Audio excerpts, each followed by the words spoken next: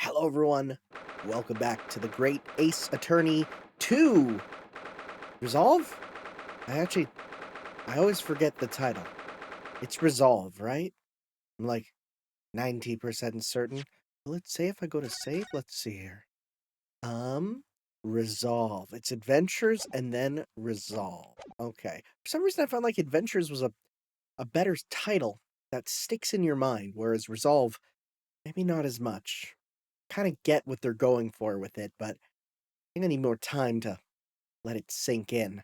What I don't need more time to sink in is this case, which I feel so far is a very open and shut thing. 13th of August, 10:41 a.m. Supreme Court of Judicature, Defendant's Antechamber 3.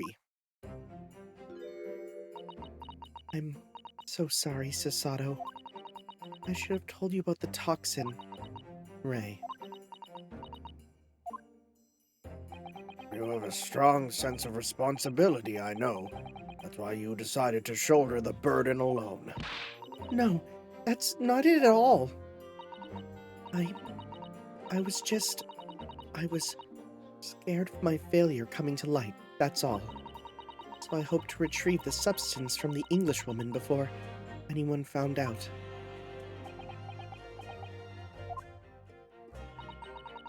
Before the trial started, do you remember what you said, Sasato? That you had no doubt in your mind about my innocence, that you stand by me to the last. Wouldn't it be crazy if Sasato was like her first case? It was like, no, she actually is guilty. There's just nothing you could have done. That'd be wild. And then we get like for the last bit, it's like you got Naruhodo who's like, I gotta believe in my client, and then you got Sasato who's like, never trust your client. They lead you to ruin. That'd be cool. It's not gonna do that though. That you had no doubt in your mind about my innocence, that you'd stand by me to the last. I remember. And yet I didn't deserve your trust in me. I hid important details from you, Sasato. I completely betrayed your faith in me. Hit me, Sasato! I deserve it! No, in fact, throw me to the floor! I think you just like Sasato, and also are a bottom. No, that's too good for me as well. Drag me through the city streets, oh, you a freak. I'm no better, you know. Oh! Even though in my heart I knew that you pulled the knife blade from Miss Brett's back, there was just a brief moment when, in my mind, I doubted you. I really like this theme. Sasato! I'm sorry. After I stood here and promised you that I'd stand by you and always be by your side, I betrayed your faith in me, too. And as such, I failed you as a lawyer. Oh, no, no, no. I think this situation has taught both of you a valuable lesson. Sasato taught you about trusting in your client. And Ray taught you that you like women.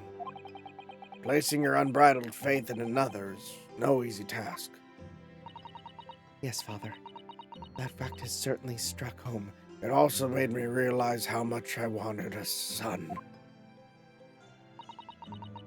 Which is why I can see more clearly now. So, Ray? Yes? Can you find it in your heart to forgive me? Aww. Oh, Sasato. You know you'll always be a gallant, dashing lawyer in my eyes now. Oh, Ray.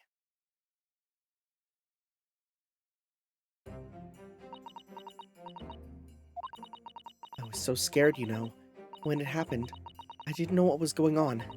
The Englishwoman was sitting at the back of the hut, listening to what I was saying. I know it was you who stole the poison. Well now, whatever do you mean? And then, a moment later, she suddenly got to her feet. And before collapsing on the floor in front of me, with a knife in her back. So I think she got up, and then where the reporter guy took the picture, just shanked, right? You'd think that an English... no, I'm not. You know what? I'm going to abort that joke. You might already know where I was going with that. That's fine. I'm not going to do that joke. That's a little tasteless. Even just saying that, you might immediately go, "Oh, buddy, you were going to say that, weren't you?" Hey, look. Joke was there. Be happy I avoided it. And if you don't know, hey, you get to move on with your life. It all happened right before my eyes. And you were the only people in the hut at the time? That's right. Just Miss Brett and myself. There was no one else.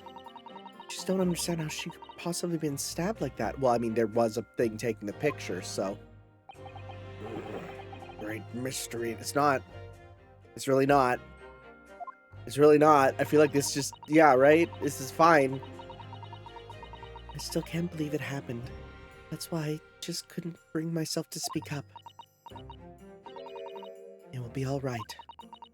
However it happened and whatever really went on by the sea that day, I promise you that I'm going to prove everything you said you saw is true. Spoken like a true Mikotoba. My son. Now I think we should discuss what's coming up in the trial, don't you? We don't have much time. We must make sure we have our facts in order. Yes, I expect the poison is going to come under close scrutiny in the upcoming proceedings. The police should hopefully have identified it on the blade by now. The trouble is, it's a completely new laboratory-synthesized blend of alkaloids. The police won't have any way of testing for it. Oh, I see. Just have someone lick the blade. And if they die, they die. Yes, without the chemical reagent, it's impossible to detect the toxin. Chemical reagent? Sent a colleague of mine off with some earlier to deliver to police headquarters. I think perhaps you should have some as well, though, just in case. Oh, probably gonna be good to... right? It's been developed in strict secrecy and exists only in the father's lab. That's going to be important.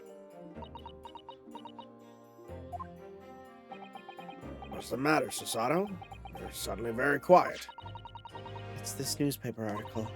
Exclusive deadly poison stolen from Yume Medical Research Laboratory. I'm wondering how the information got out given that it was a government secret.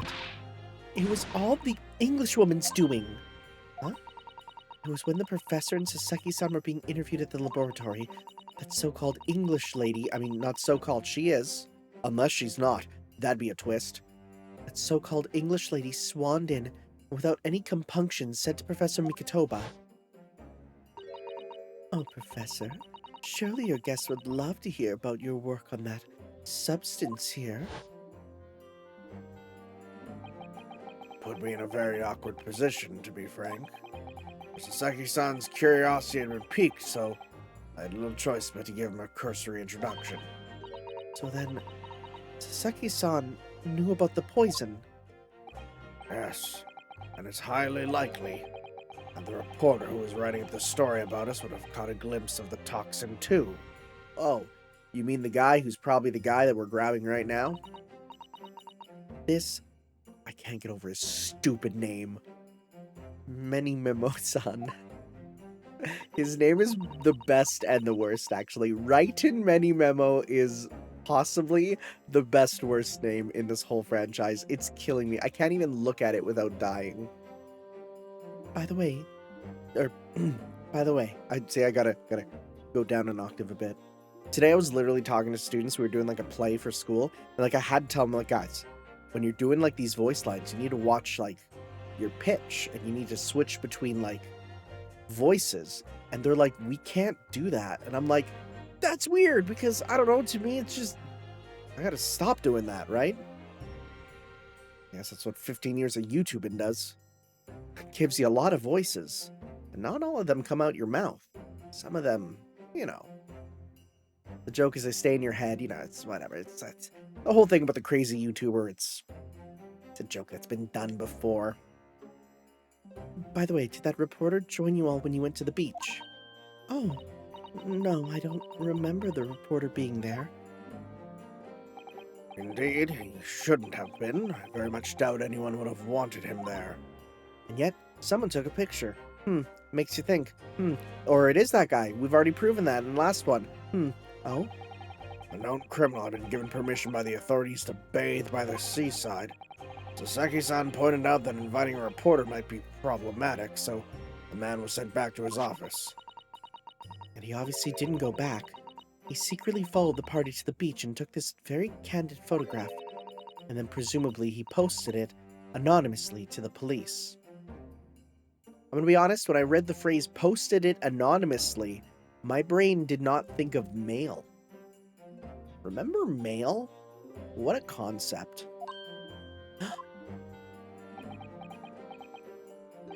Yes, that must be what happened. Counsel? Oh wait, you're not British, right? We're in Japan. We just heard the new witness is now ready to testify. The trial is about to resume. Please proceed into the courtroom at once. It's time to steel ourselves once again, then. Defense attorney Ryutaro Naruhodo. Yes. Ray has put her faith in me now and told me everything, so I can't let her down. I have to prove that what she's telling the court is true. I have to prove what really happened that day. Okay.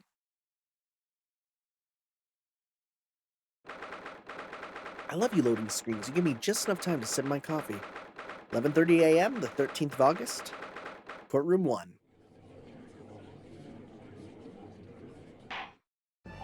I hereby call this court to order as we reconvene to continue the trial of Ray Membami. Professor Ouchi, have you summoned the new witness?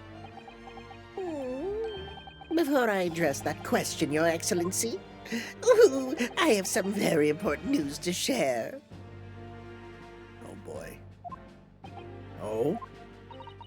What news? And why does he look so happy about it? During the recess, with the collaboration of Professor Mikotopa's laboratory at Yume University, the police re-examined the knife that was used to end Miss Giselle Brett's life. Excellent. I admire your rapid handling of the matter. Oh, too kind, Your Excellency, too kind. I was merely carrying out your instructions, of course. I had the region delivered to the police headquarters by rickshaw, so it would be there in good time. But But judging by the man's swagger, I feel we need to brace ourselves for the inevitable. And counsel, what were the results? Inconclusive, it's on the pen instead. this dagger, which was so cruelly used to end the life of the victim, has no trace of poison anywhere along its blade. I knew it. What? Are you sure about that? I would stake the reputation of the police on it. Armed with the region, the test is extremely simple. I couldn't have made a mistake. The murder weapon has been re-entered into the court record. Yep. In short, the accused's feeble excuse earlier has been utterly destroyed. Dang. If only there was another thing that could stab. Now, the prosecution is ready to call the new witness. A newspaper reporter who managed to capture a photograph of the crucial moment. Good. Very well, officer. Bring in the witness. No trace of poison on the knife. If that's really the case, how could the toxin have entered the victim's body? Again, pens are sharp. Look at this guy. Witness, please state your name and occupation for the court. I don't even know how he speaks. Writing many memo of the Show You News. I'm what people like to call a journo. What's a journo, Father? Do you know? It's simply a contraction of journalist. I'm there when the news breaks, putting pen to paper to catch those scoops so they're in print the next morning. They don't call me the hero of the herald for nothing. The nice guy of news. Please don't call yourself a nice guy. You're wearing our hat, okay? We're not claiming you, buddy. At all. Oh, so, it was you who took this photograph, was it? Well, wait a tick. That symbol. Oh my god. Wait a sec. That symbol on his thing.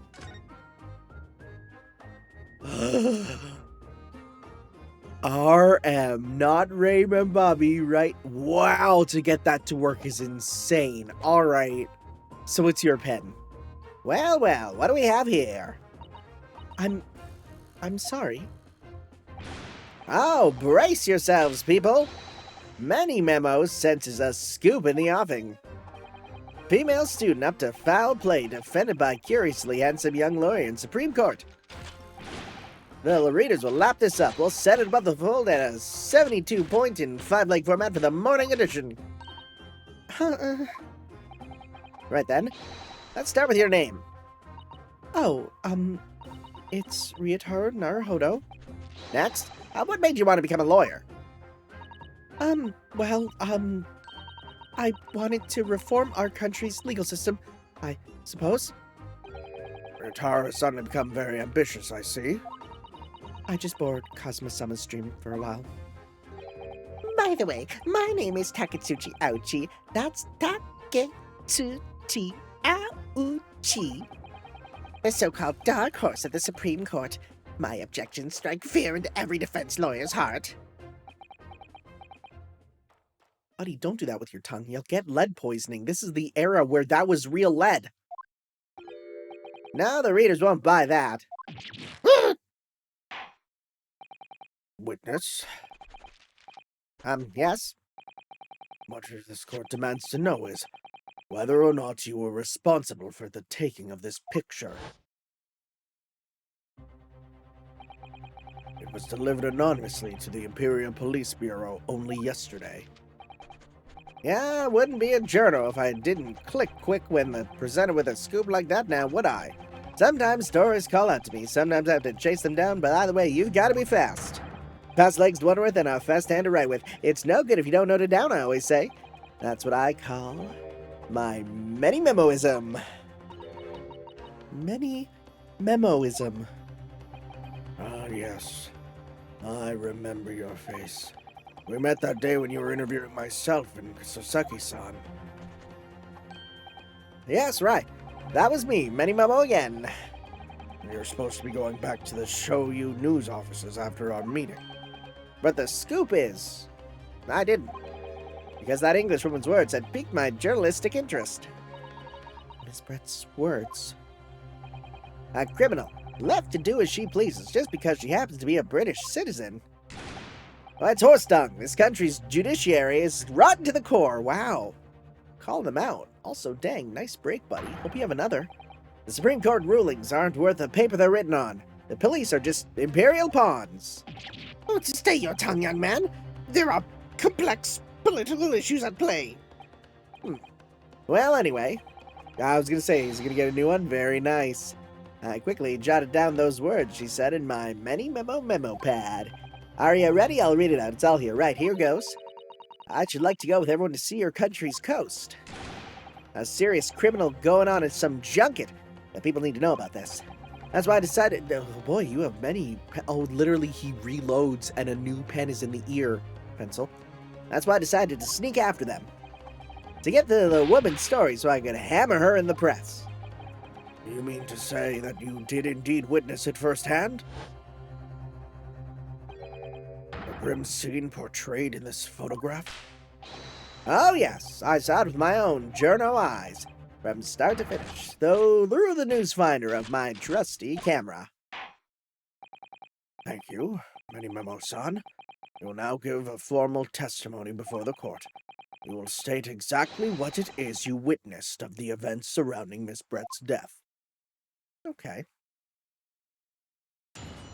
Witness, the testimony. The beach hut was made of shoddy reed screen, so there were plenty of gaps I could see inside through. The Englishwoman was sitting on a stool when the student girl came in and started arguing with her. Seconds later, the girl pulled out a knife, throwing the Englishwoman to the floor. She stabbed her in the back. My smoldering journo spirit burst into flames. Quick as a flash, I whipped out my camera, ready to click. I pulled apart the rough weave of one of the screens and poked the lens through for the perfect shot. Read screens, you say? Right. You can see them clearly enough in the great shot I snapped. Yeah, it's just connected reeds. The hut walls were just screens made of coarsely woven reeds. Yes, it allows the breeze to pass through and bring some relief from the summer heat. And it was a breeze for me to poke my camera through and see the whole thing hotting up. Ignoring for the time being the appalling invasion of privacy involved, did you witness everything that happened from the moment the defendant entered the hut? Oh yes, I saw it. I saw the whole thing from start to finish. And you say you took the photograph through a gap in one of those screens. Luckily for me, they were pretty shoddily woven. I pulled the reeds apart and thrust the lens of my camera through the gap. Would I get away with it? Or would I be seen? It was the gamble of a lifetime. A tenacity of purpose that's considered admirable in a journalist, I suppose. Run a risk one day, run a scoop the next. That's many memoism in a nutshell. At last, it would appear we have a genuine witness to this wicked crime. The evidence and testimony are extremely compelling. I believe we may be close to a verdict. No. Wonderful news, Your Excellency. Wonderful. Nevertheless, it cannot be denied. This testimony begs one very large question. What question? Exclusive news. Startling photograph. All the makings of an exceptional story for the reporter. Why, then, was the story never published? Oh, that's right. Got something to say about that, buddy? Seems clear to me that there are circumstances at play here that are yet to be understood. More pathetic excuses. Very well then, counsel. Proceed with your cross-examination. Yes, Your Excellency. There's more to this reporter than meets the eye. He's keeping something about this case very close to his chest. That is a loop in the... This is a loop in the third character. That's what he looks like, right? He's like a...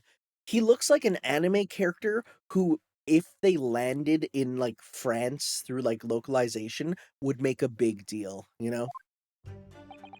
The beachhead was made of shoddy old reed screen, so there are plenty of gaps I could see inside through. Hold it! Tell me more. What made you want to see what was happening inside the beach hut in the first place? Call it journo instinct. Can you think of a better reason? Oh, I don't know. Perhaps because as well as being a proven criminal, the person inside was a young woman. Young.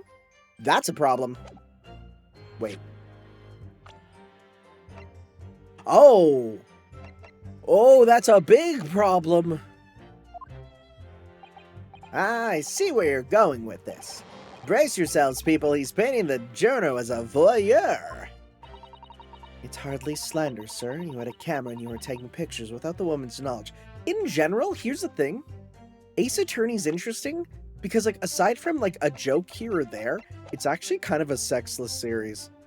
Like, you'll have some character designs that are a little over the top, but honestly, it's surprising when there's a joke or reference to anything sexual, right? That's at least how I feel. Of course, then you got Clussy too, but that itself is almost seen as a joke. It's not a joke to me. Clussy's never a joke to me. It's hardly slander, sir. You had a camera and you were taking pictures without the woman's knowledge. Nope, you've got it all wrong, little student boy. Sorry. To my mind, all that was inside that hut was a scoop. Nothing more, nothing less. The scoop's no gender. Man or woman, it's all news. That's not even many memoism, it's basic journalism. If only the courtroom was as indiscriminate. Right, so if that's all buttoned up, can we move on? On the court then, witness. What sight befell your eyes when you looked inside the hut? A sight that vindicated my journo instinct, that's what. When I pulled back the reeds, I could see it all as clear as day. The English woman was sitting on a stool when the student girl came in and started arguing with her. Well, what did she say? So you actually saw Mbami-san enter the hut? Yep. And she was raging like my journo's spirit. Hey, come on. Just because she's discovered she likes women, we can't say that, okay? And the argument you mentioned, what was that about exactly? You stole it. I didn't steal it, that kind of thing. Talking about the poison, I suppose. The student girl walked right up to the Englishwoman and really started laying into her. I mean, if she'd laid into her any more, there would have been eggs. What? Oh. Oh, that's a weird turn of phrase. Are you a hack? Man should have been an author. His descriptive talents are wasted on journalism. That's sarcasm, right, Father? Father, that's sarcasm, right? But the student's rantings fell on deaf ears like a Japanese person listening to English for the first time. Okay, I guess. He really ought to work on his similes first, though, to be honest. Right? Yeah. Anyway, the point is, that woman in the dock was mightily angry. And her temper finally got the better of her, it seems, dear me. Which was the climactic moment that I caught on film. Seconds later, the girl pulled out a knife, throwing the Englishwoman to the floor, and she stabbed her in the back. So she grabbed her, threw her to the ground, and stabbed her in the back? Is that what we're getting at? You'd think you would just stab the front. Why would you specifically go for the back? That makes no sense. Do you swear before this court that you actually saw the precise moment the stabbing took place? Huh, the precise moment? I didn't just see that. I saw the whole hellish scene play out from start to finish. I have here a simple plan of the beach hut. Think's more of a Sum 41 myself. Perhaps you could use it to explain to the court exactly what you witnessed.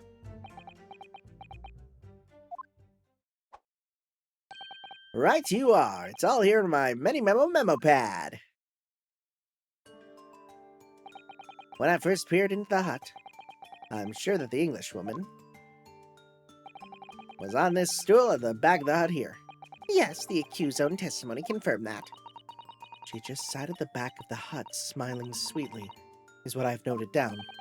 It's my turn to testify now. Try not to interrupt. Then the next moment, as I was watching, the evil student girl entered the hut. After a while, the pair of them ended up in the middle of the hut, arguing furiously. The Englishwoman went for the student, but the girl dodged out of the way. She's got them good eye-frames, you know? Japanese women, they're all about the eye-frames. English women, nah, they're more about the parries. And in a flash, plunged a knife into her adversary's back as the two passed each other. She couldn't parry from the back. One of the main problems with parrying. What you describe is a grim crime indeed. Never sugarcoat the truth. That's what many memoism says. Okay. By the way, Many Memo-san, whilst you were watching that terrible scene unfold before your eyes through the gap in the screen, did it not occur to you to try to prevent the tragedy rather than capture it on film? Journos have to be observers. We can't get involved. That's a raison d'etre. Are you speaking French in Japanese right now? That's confusing. So he didn't converse with Miss Brett at all? Obviously not. An observer always remains on the outside looking in. And that's something to be proud of, is it? Your Excellency, if I may. Yes, Professor? I think the witness's last, expertly phrased statement will perhaps be added to his formal testimony. Father, what are you? I know what to do with that. I will grant the defense's request. Many Memo-san, you'll supplement your formal testimony with the aforementioned statement. I know what to do with that. Well, nihilism is the foundation of many memoism, but I'll gladly prove that my words aren't meaningless. Never once set foot in the hut nor spoke with the Englishwoman. I was only there as an observer. Was that the last one? No, we didn't do this one. We didn't do this one either. Right, we did that. Let's see this one here. We'll do them all. The court is fully aware of your desire to capture the incident on film, I'm sure. But then why did you choose to post the photograph anonymously to the police?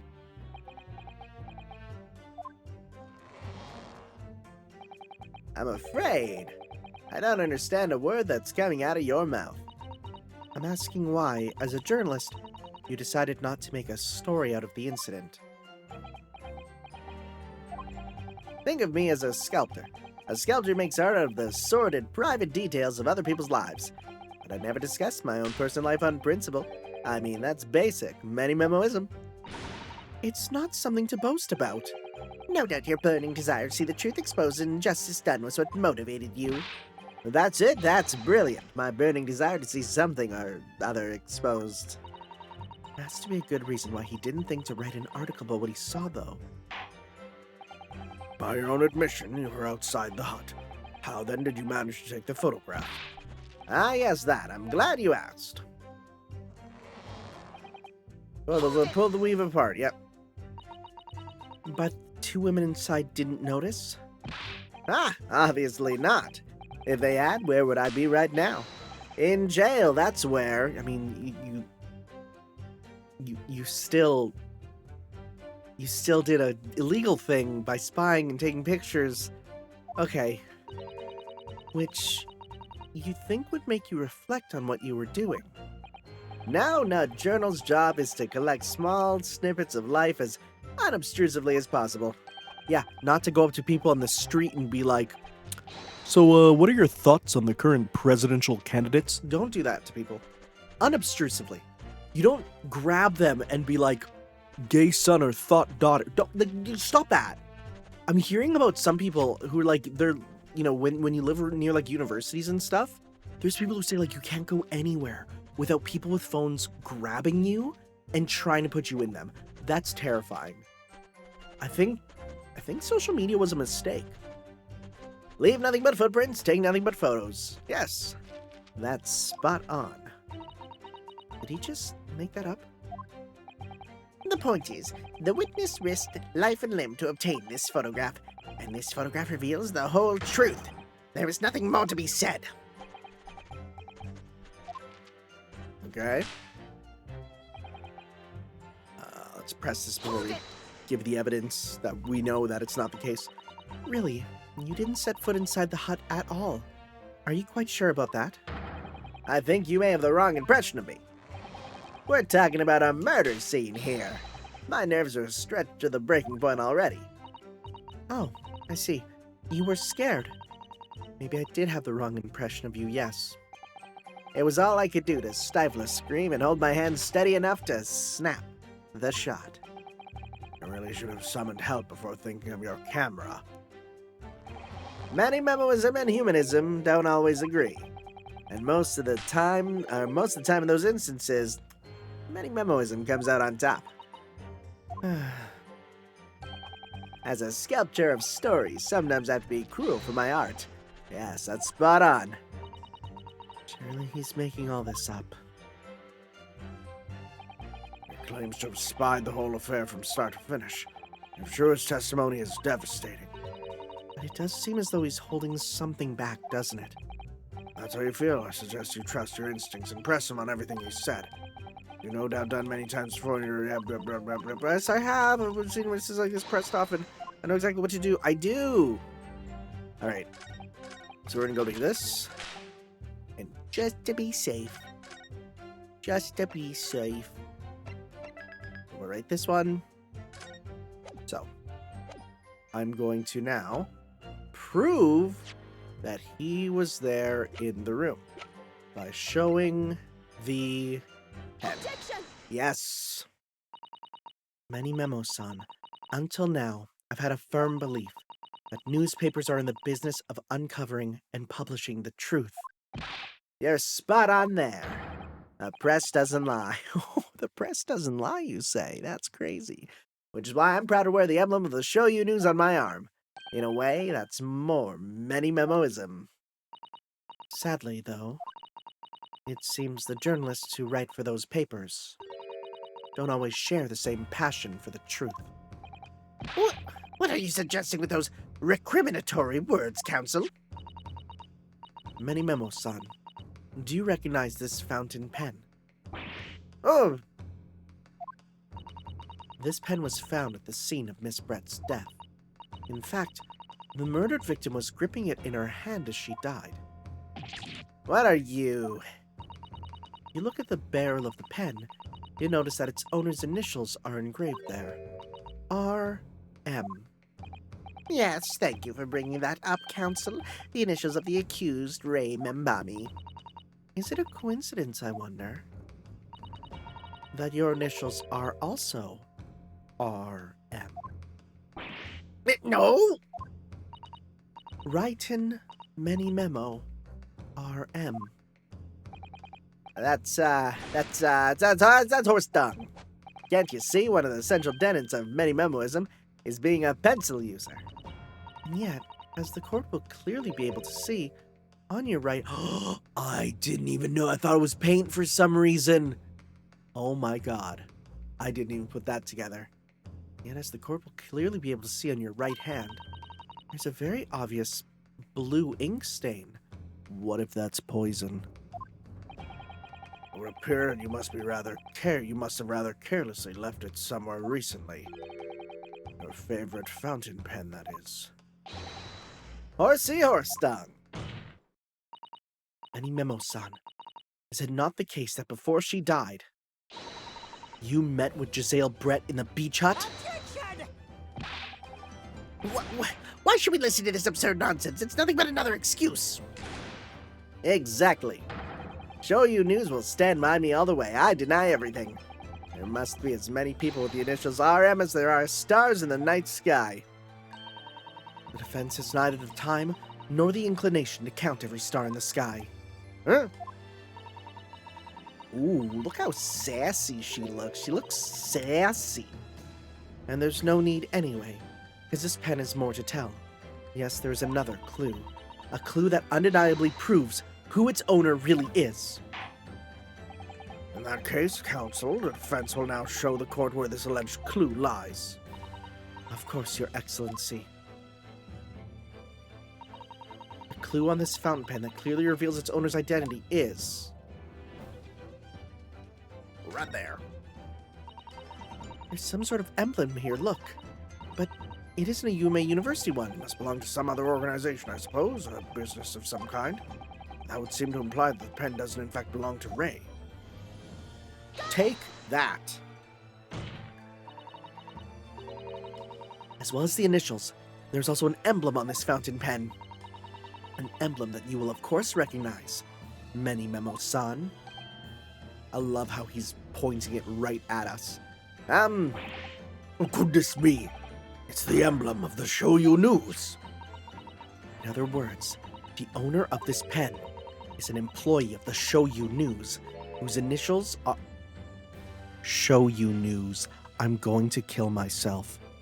Show You News. Shut up. It's... I will show you news. I hate this. I hate this. Because when I read show you, I think of like show you noodles and stuff. Like it's a flavor. Show you is a flavor, right? I'm pretty sure it is. I was like, where's the joke there? Because show you, it's okay. Show you is like it's an alternate take on soy sauce, right? Oh no, it's the term broadly given to Japanese soy sauces. It's soy sauce. That's what it is. Yeah, it's shoyu, right? It is, yeah. Shoyu is the Japanese word for soy sauce. I am so mad that I just got the pun on that. Because I was thinking, I'm like, is there a pun with like the icon being wheat? Like, is that rice? And so rice is used with like soy sauce? Like, what is? No, it's literally, I will show you news. I love you, Ace Attorney, but also you drive me insane. He's an employee of the Show You News, whose initials are RM. Suddenly, the stars in the night sky don't seem so numerous, do they? Well, Many Memo-san, how do you respond? No! Order, order! Explain yourself, witness.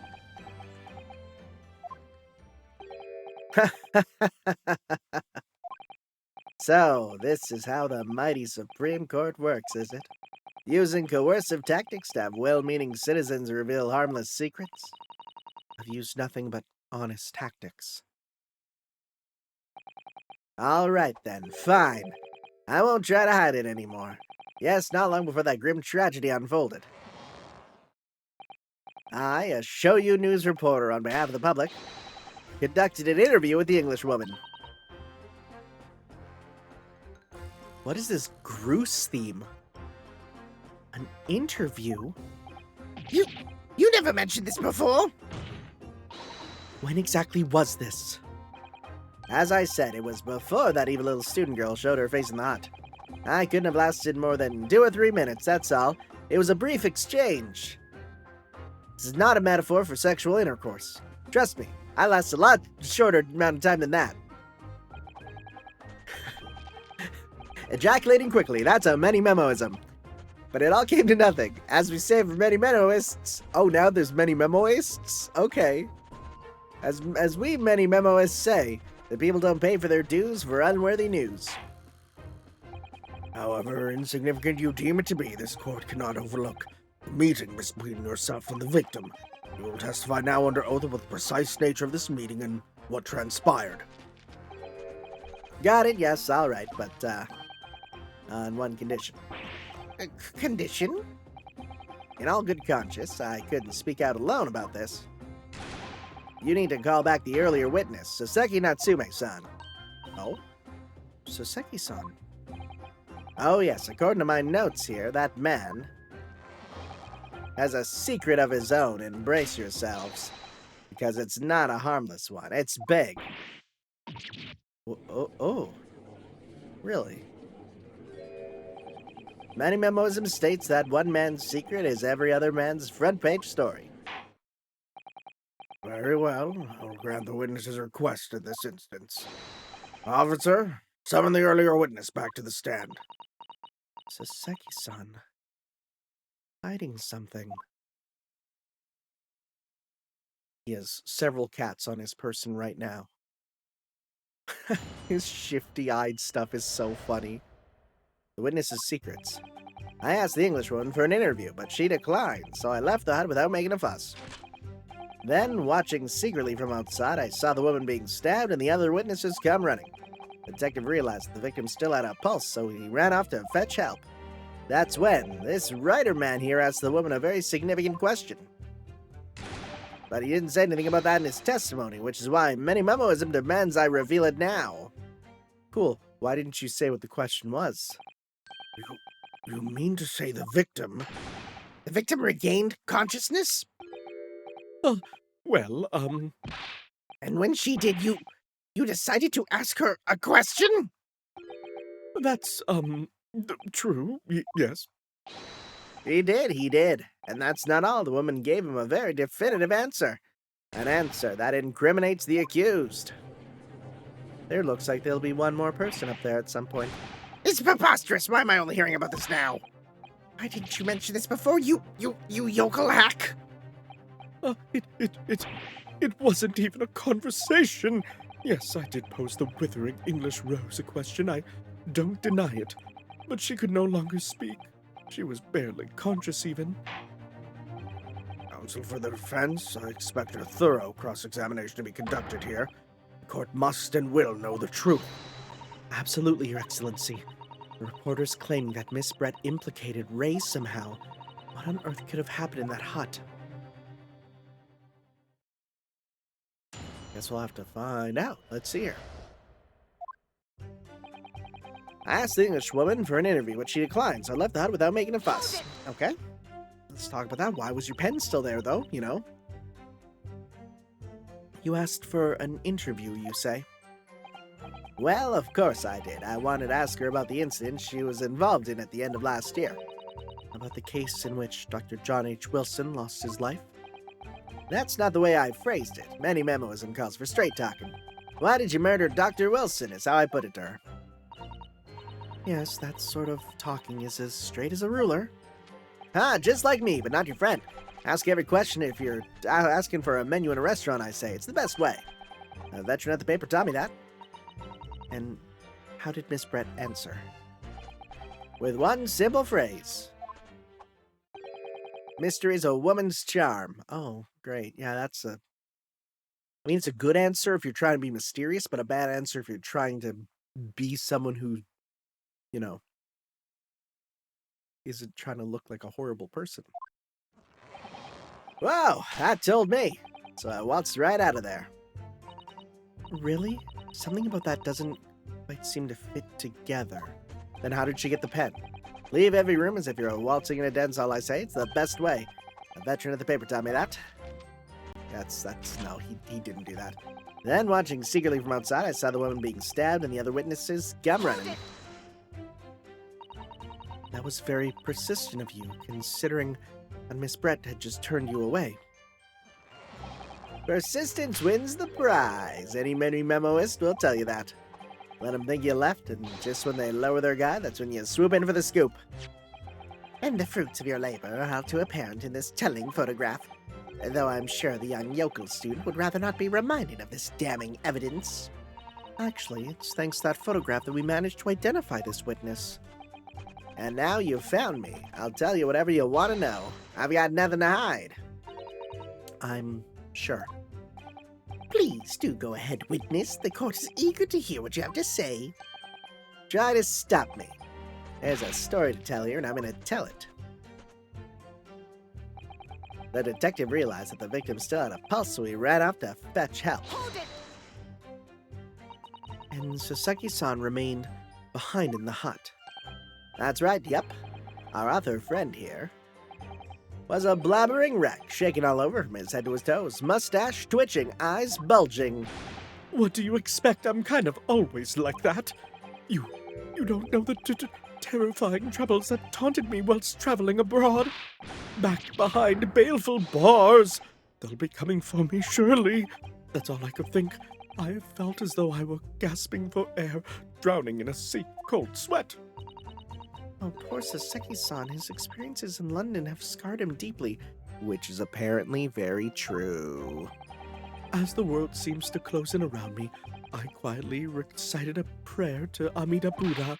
Eternal emptiness, empty eternity. The end is coming for me, surely. No sutras are to resound in my courtroom, please. That's interesting if that's a historical truth. If they actually would say, like, yeah, let's keep religion out of the courtroom just for the sake of it.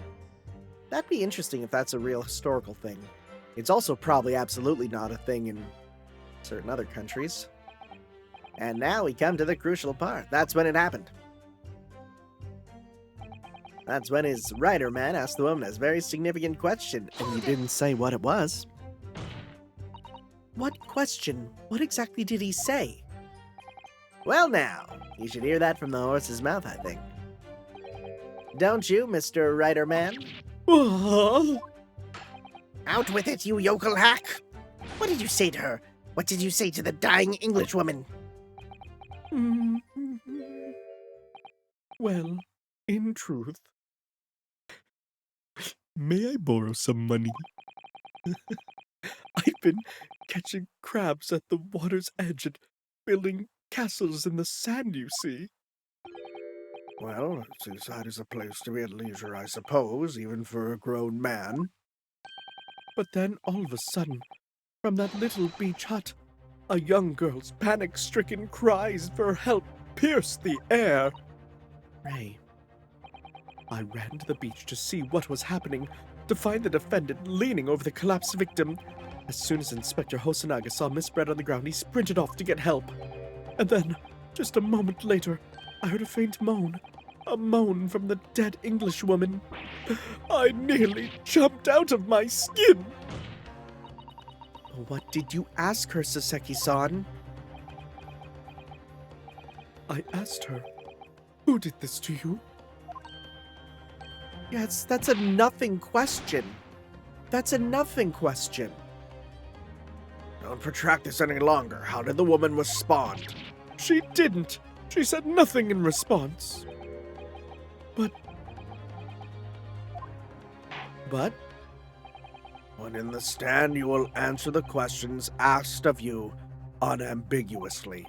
Now, without evasion or reticence, I demand that you amend your testimony. Oh, I will. I asked her who did this to you, but she never replied.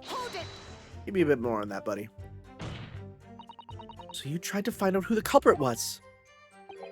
He who asks a question is a fool for a minute. He who does not remains a fool forever. That's a good quote. I like that. And having been labeled a criminal twice during my time in Great Britain, I was quick to make up my mind. Better to be a fool for a minute than remain a fool in prison forever. However, you've indicated that the victim failed to respond. Is that correct? I know why. I know why the Englishwoman said nothing. She was ignoring me because of my stoop and my mustache, because I'm Japanese. Oh dear. Soseki-san has really developed a dislike for the English, it seems.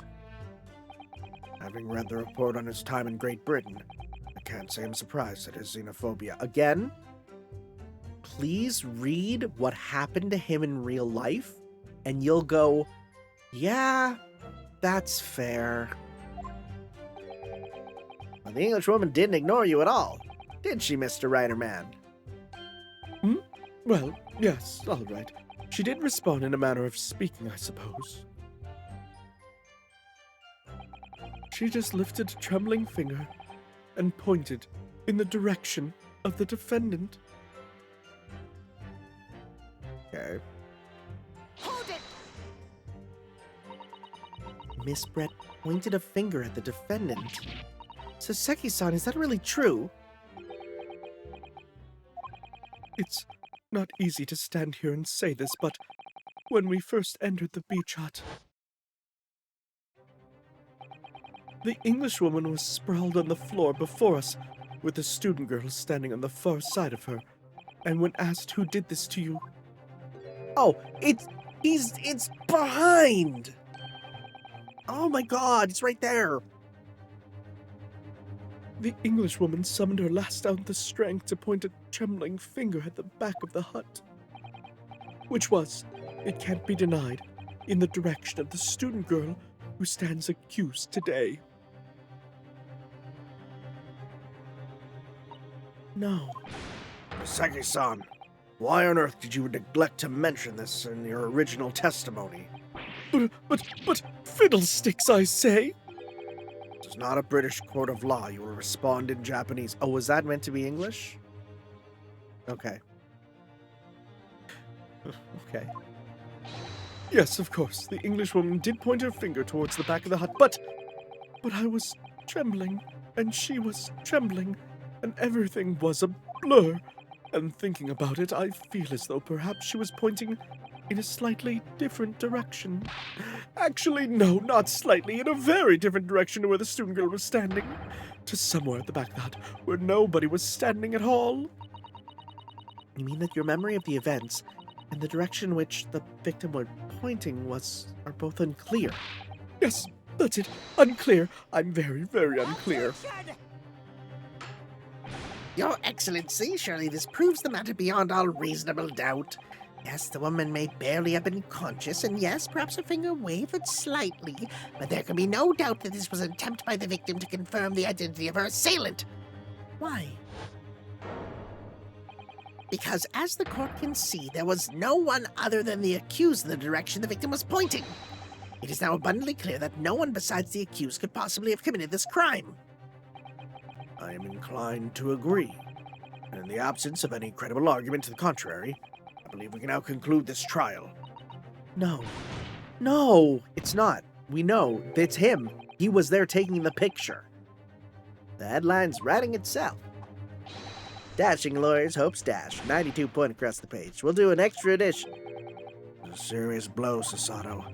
Unless we're able to identify the true culprit and substantiate our claim with evidence, the judge will give his ruling, and the trial will be over. But that's impossible, Father. We don't even know how the crime was committed yet. Impossible though the task may seem, we have no choice. We must think back over everything we've learned thus far. One thing I do want to check, if possible. Can I actually... We got the Regent here. The label appears to be written in a foreign language that I don't know.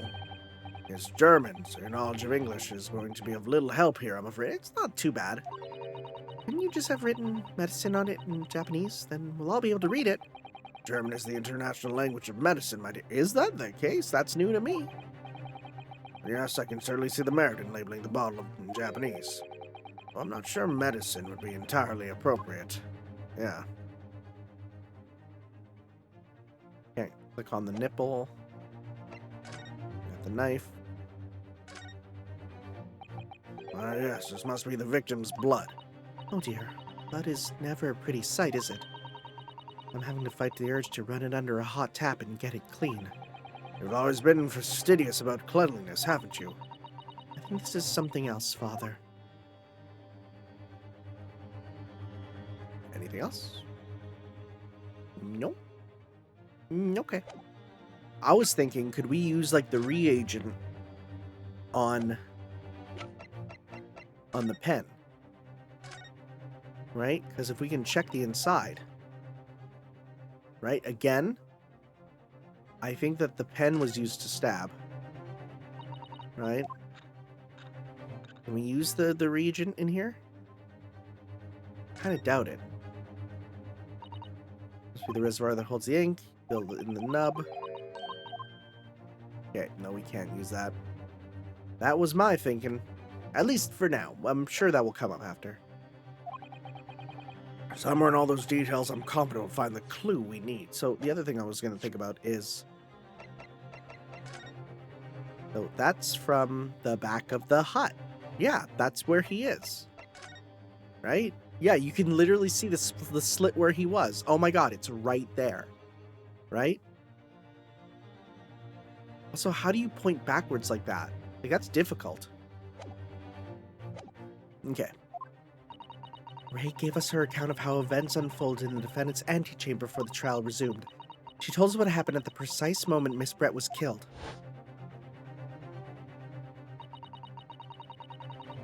Sitting at the back of the hut, listening to what we were saying, and then a moment later, as she suddenly got to her feet.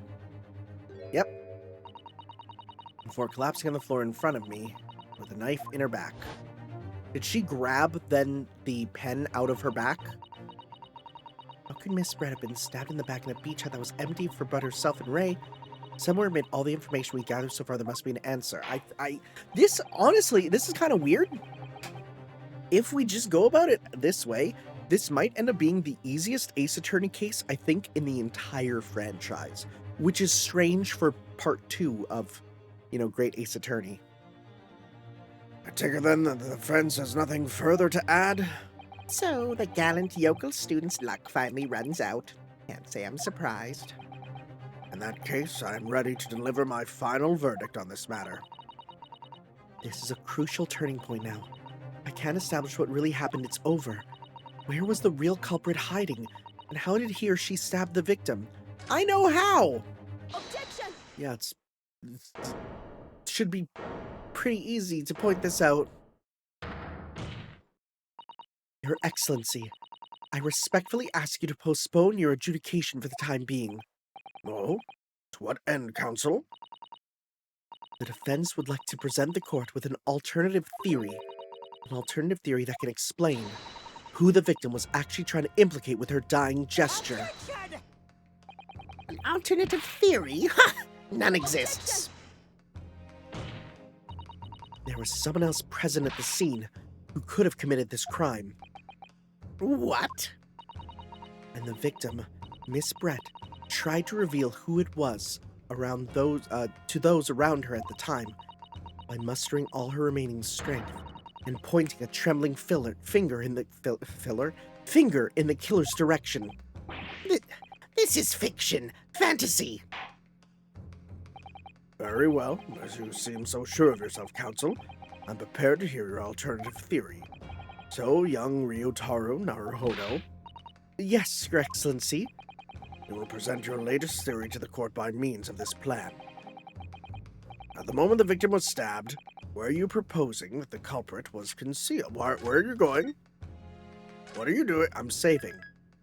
Don't worry, Your Honor. Okay. Where was the culprit concealed?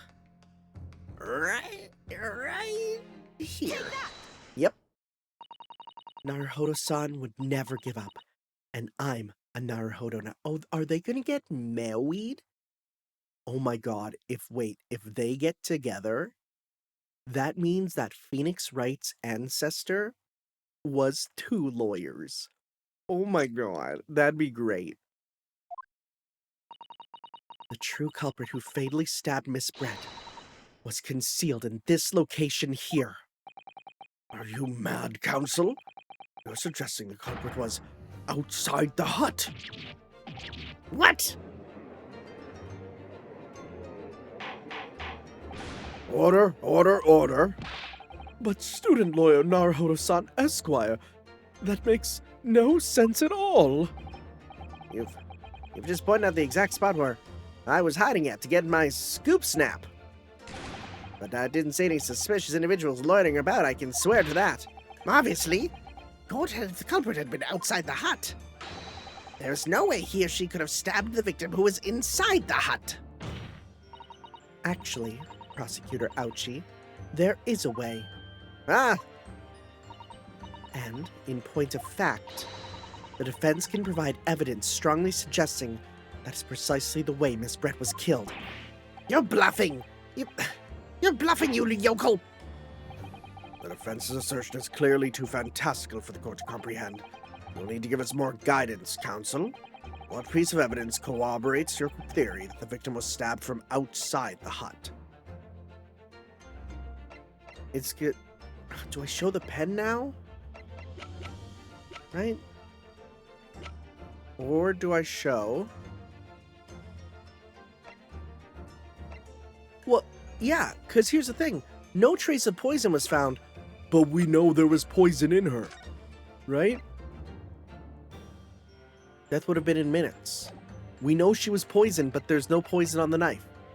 So we know it's not from the knife. Right? Maybe? Was definitely killed from outside. Yeah, because that's when she was stabbed in the back after.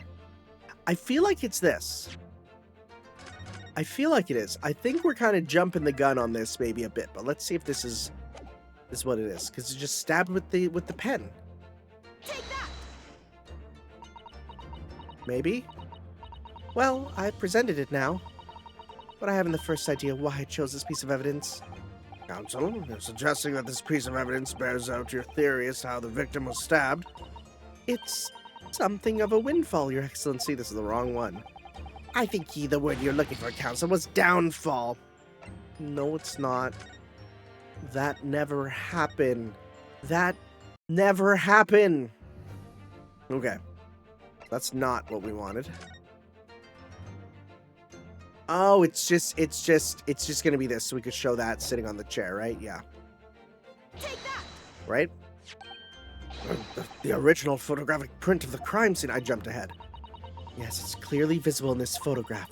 The trace of the fatal thrust that was delivered from outside the beach hut. Do you take us for fools? There's no hint of any such thing. I'm not sure that everyone present would agree.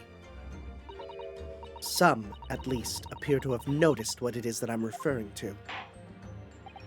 Counsel, once again, I must call on you to be explicit for the court. Where on this photograph is the trace of the stabbing where you claim took place from outside the hut. Right. Let's see how close I... Oh, that's nearly there. Let's try and get perfect. Let's try and line it up. Let's see here. How close can I get? Oh, there's no minor adjustments. Yeah, let's try and... I got real close that one time. Come on. Let's go. Let's see, right? Come on. Close enough. Look closely just here. Wow, that's much more HD than should be possible. In the screen at the back of the hut, you can see the effect of a blade having been forced through the reeds. No, I can't. I can't see any such thing. It's true that the hut in question had 4 walls as you'd expect. However, by parting the reeds, a knife blade could easily penetrate them. It's extraordinary. Yes. The true culprit actually stabbed the victim from outside the beach hut. Ah! And of everyone present at the scene, there was only one person who could have done that. Only one person who was directly outside the hut when Miss Brett was killed. Raiten Menimemo-san. Could only have been you. Meow? Did you say meow? Objection! This preposterous idea leaves me almost speechless. Just look at the photograph again. The victim lies almost exactly in the center of the beach hut, does she not? Are we to assume, as part of this farcical scenario, that the assailant was a knife thrower? Objection! Just needed a small stab with the pen. She gets up, she grabs it out of her back, and then she falls forward. No, of course not. We're not. If you recall the testimony of the defendant about the events just before the victim's death, inside the beach hut, I confronted Miss Brett. But she just sat on a stool at the back of the hut, smiling sweetly as if she knew she was untouchable. A stool? Have another look at the photograph. The slit in the reed screen would align perfectly with the back of a person who was sitting on the stool. My word. So, in fact, the victim was... Killed while sitting on that stool by a stab wound delivered through the reed screen. Having been attacked, Miss Brett rose to her feet instinctively, but then, unable to speak, she collapsed on the floor in the middle of the hut, before the defendant, Mambami-san's appalled eyes. And that, Your Excellency, is the truth of what happened on the beach that day, and she was using the knife to try and cut out a bit of skin to save her life. That's what it was. By your silence, Menimemo-san, I take it that you don't deny the charge. This is absurd. Who's gonna object? That will do. It would appear that we have a tacit admission of guilt from the witness. Accordingly, this court has successfully established the truth of this matter, which means that the defendant, Mambami-san, is innocent of the crime. Oh, thank goodness. I finally made him cave. I must say, I've never been more proud to have you as my son. No, this can't be. The Ouchie clan can't. What of my growth? My growth of hope? It wasn't all an apparition. I can't accept this. I won't. I see no reason for the continuance of this trial. I will therefore move to conclude proceedings, but here we go. Deliver my final verdict and... An unvoiced hold it.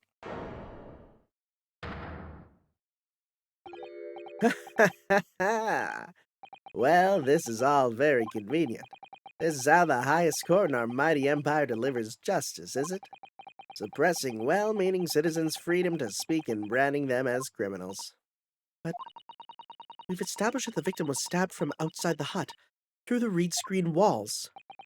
And no one but you was in the place at the time to have his hand on the hilt of the blade. It's a perfectly logical deduction. So, your argument hinges on the location of whoever stabbed the Englishwoman, does it? Well, it seems a little irrelevant now. Irrelevant? He's gonna be like, where she was stabbed, how she was stabbed. It's gonna be about that we didn't use a knife, it was the pen. It doesn't matter. I mean, whether she was stabbed at all makes no difference if you think about it.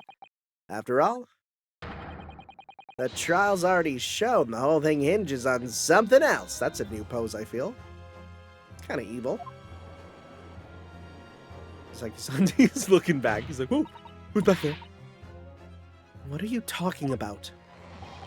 Brace yourself, little man. I'm talking about the fact that everything's changed. Because of the dirt you dug up. What? Enough obscurity. Explain yourself, witness. What's to explain? I'm talking about the poison, of course. Poison? Let's ask the professor for a comment on the situation, shall we? I understand that deadly poison you're developing was stolen from your laboratory, correct? And it's been shown that the poison was administered to the victim, Miss Brett. Is that right? That is correct. Unusual constriction of the victim's pupils are a sure sign that this particular poison was used. I see, I see. So, presumably that means that the victim already had the poison in her body before she was stabbed. Ah, Given that her pupils were clearly constricted, it seems highly likely, yes. If she had been dead already, the poison could not have circulated in her blood.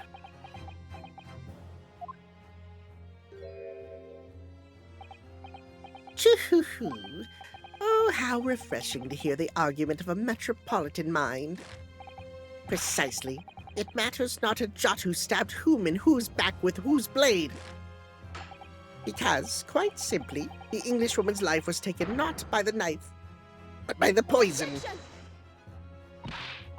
but that can be explained by the poison being on the blade, as I already... Yeah, but it's not, so it's not the knife. Forgotten already, have we, yokel? During these very proceedings, the laboratory the professor at your side assisted in proving that the blade of the weapon used to attack the victim has no trace of poison on it whatsoever. Now, let me get this down. The facts, as skillfully established by the defense in this trial, turn out to be a headline-making red herring. Is that about right? Well... Yo, she gets slammed back with low frame rate. Why the frame rate so low in this trial in particular? Order, order, order. But where does this leave us? How in that case did the poison enter the victim's body? There's an undeniably obvious answer to that. The lady most likely imbibed it. I mean, she drank it? Have another look at the photograph here. As you can see, a bottle of carbonated water and a glass had been knocked onto the sandy floor of the beach. The poison could have slipped into either. Oh, somebody made Miss Brett drink it.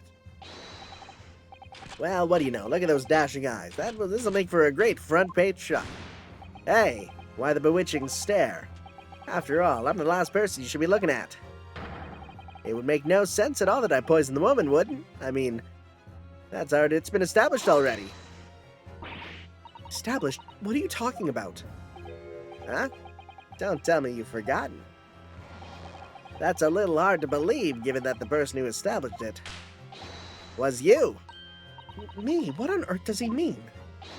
Let me capture those wide eyes. This prime press fodder, this is. It would seem this trial is not destined to end yet after all. I hereby call upon the witness to give further testimony. That's great, that is. Let me get a shot of that magnificent beard, Your Excellency. Claim it to be impossible that you are the one responsible for administering the poison to the victim. You explain to the court in your testimony the basis upon which you would make such a claim. I'm a journo and a man. I've never tried to run or hide from anything in my life. And I'm not about to start to now, because that's many-memoism. For a brief moment, I thought I'd illuminated the truth. But it slipped back to obscurity yet again. Just where is this trial going to take us? I mean, where it's going to take us is pretty obvious. I feel like I solved this from second one, you know? Oh yes, I stabbed the Englishwoman, and it's the very fact that proves I'm innocent. I'm still gonna go to jail for assault, I guess, but oh well. Because why would I have bothered to stab the woman if I'd already poisoned her? When I heard the student girl in that pump, so I do think that he didn't know that there'd be... I think he did it to get her to move for a better camera shot. I don't think he knew the poison was in there. I think that's what it's gonna be. I don't think he's responsible for the poison. I think Giselle Brett was her own undoing, but I do think that he did stab with the poison in the thing, right? When I had the student girl and the pompous English murderer arguing, you got my goat. If the courts weren't gonna punish Brett for what she did, someone else would have to see justice done. Oh, you're a hero of justice type, huh? A real punisher. So you admit it then, that everything happened as I described. That you are the one who stabbed Miss Brett in the back through the reed screen. You can blame this miserable country of ours. A country that bows to the pressure of foreign powers and lets murderers walk free. What kind of future can a country like that have? That's why I did it. I did what our pathetic leaders didn't have the guts to do. You know, let's say this guy gets hit with the death sentence or whatever. At least we can be happy knowing that he was later reincarnated to invent the doohickey. God bless Grand Assassin. I did what our leaders didn't have the guts to do. Slap bang in the middle of that charming lady's back, I plunged the blade of sweet justice right in there. Again, even if you're innocent, you're still going to go to jail for that. As someone who spends his life seeing that the truth is told, I feel really, really awful about giving false information in my testimony before. But as it turns out, there was somebody else who had it in for the victim and got to her before me. That's right. You guessed it. That pretty little student girl. Now there's a woman after my own heart. You're implicating Ray again. She's the one who gave the poison to the English woman and ended her pitiful existence. And suddenly, snap! This journal here is off the hook. The argument is sound, certainly. If the witness had administered the poison himself, he need only have waited for it to take effect. Subsequently stabbing the victim in the back would have been entirely nonsensical. And therefore this reporter had nothing to do with the poisoning. Yes, it's all quite logical. No, it's not. You're all idiots. That's right, it is. Logical and true. I'm glad you've all seen the light. Justice at last. This is unbelievable. After I've made such progress in proving his guilt, is he going to get away with it now? Big Slappy. See, her face doesn't deform like his, you know? Think of Kazuma-sama and Naruhodo-san. They never stopped looking for a way forward until the judge's final gavel. Well, that was my final gavel. No. Very well then, counsel. Proceed with what I assume is to be your final cross-examination in this trial. Yes, Your Excellency. Is it? I think it might be. I can see it being. Alright. So, let's start by... Stab the Englishwoman, that's the very fact that proves I'm innocent. Let's see. So, you admit that you had murderous intentions toward Miss Brett. I'm gonna do something unspeakable. I need to blow my damn nose. You ever just get, like, one nostril full, and, like, it just makes speaking tough? So, one moment. Nose blown. That was me trying to sound like a Halo announcer. So, you do admit that you had murderous intentions towards Miss Brett, then? Ha! The woman's very existence offended my sense of justice. Your sense of... He's claiming some sort of righteous indignation. She was pure evil, a cold-blooded killer who'd committed murder right here on our empire's soil. But did our good-for-nothing government do nothing? Not a chance, so I had to step in. Fly the flag of justice, put things right for the people. Yes, it was my civic duty. That's what drove me to do it. So, in summary, murderous intentions, then. Whatever you want to call it, the point is this. The English woman was a blight, so I had to do what was right for society. Yet a real wrong was done by the... He also did a real wrong as well. You can't say that he's not doing a real wrong as well, buddy. Then again, it's your job, I guess. Yet a real wrong was done by the student girl in the dock, crime for which she must pay. Obviously, because the poisoning was nothing to do with me at all. At all. Nothing at all. Nothing at all. Because why would I have bothered to stab the woman if I'd already poisoned her? You still maintain that you didn't give the poison to the victim. Obviously. That'd be like putting a belt on your trousers when you're already wearing braces like these. Braces? I've never heard them called that. The accused administered the poison, following which this witness stabbed the victim. An unforgivable act, certainly, but not one of murder. That crime rests on the accused's shoulders. That is how the law works, you see, yokel. Who knows, you may even learn something here today. 2 consecutive attempts on her life in the space of minutes? Quite a day for the victim. But it was her last day on Earth.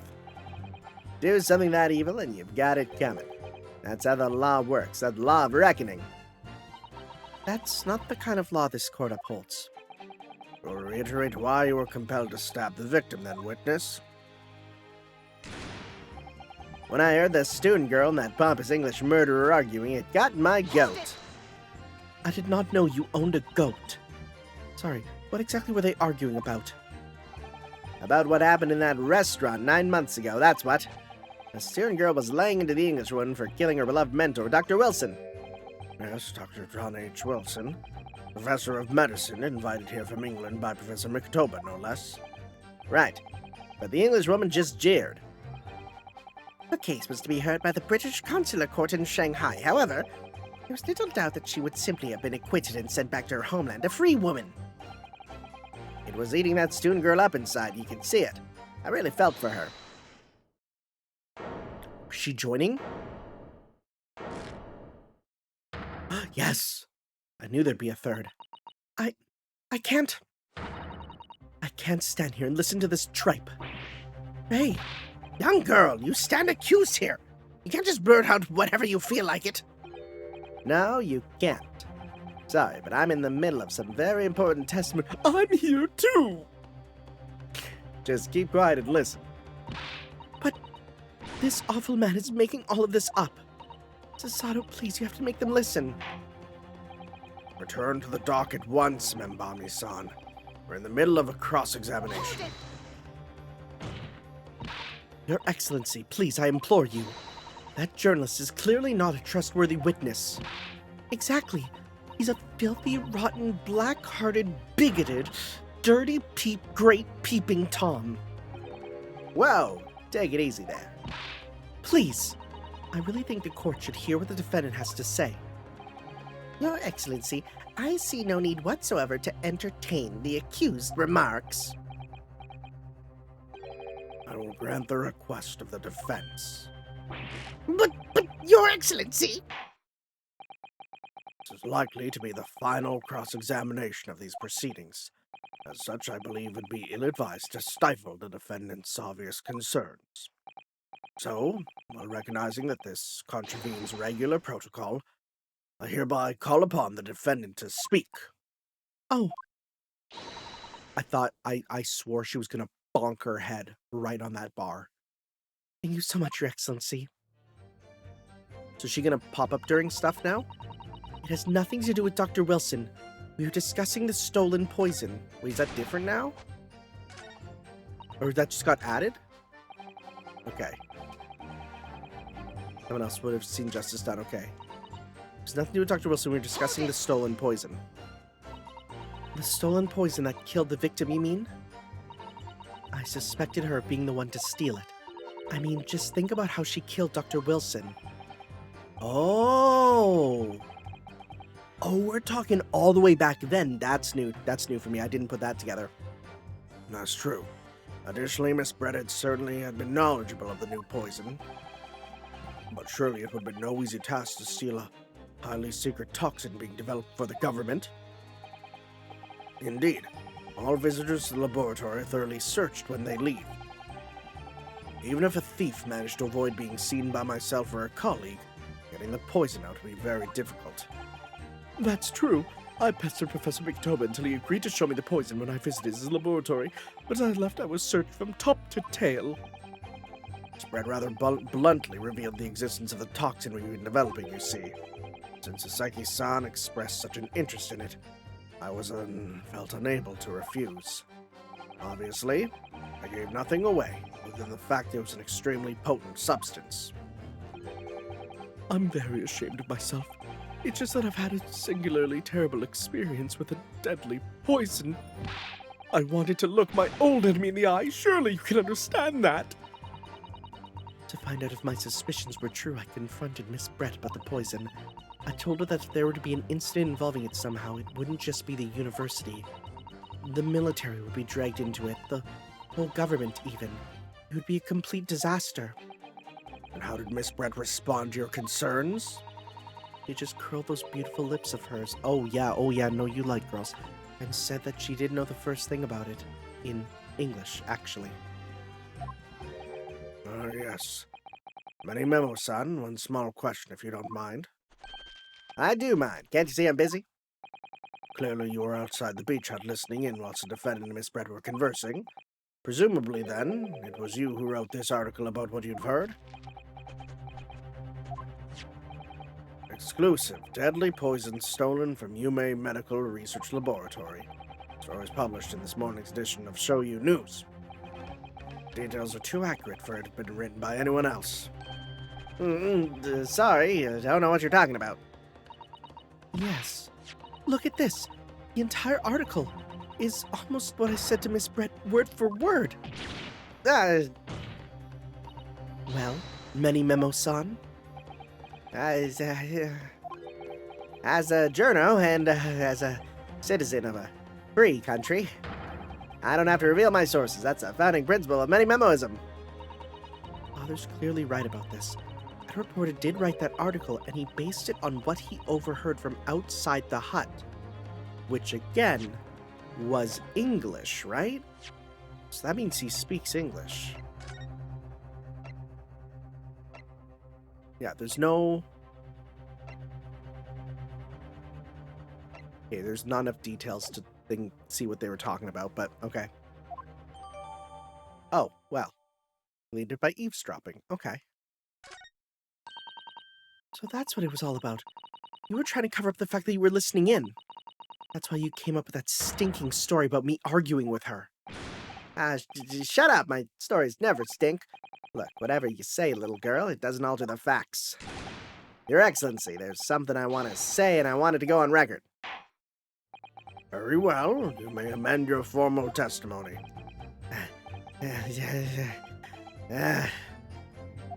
Okay, bud? The point is, if you poisoned someone, there'd be no reason to then go and stab the person as well. Well, I know what I'm gonna hit him with there. Hold it!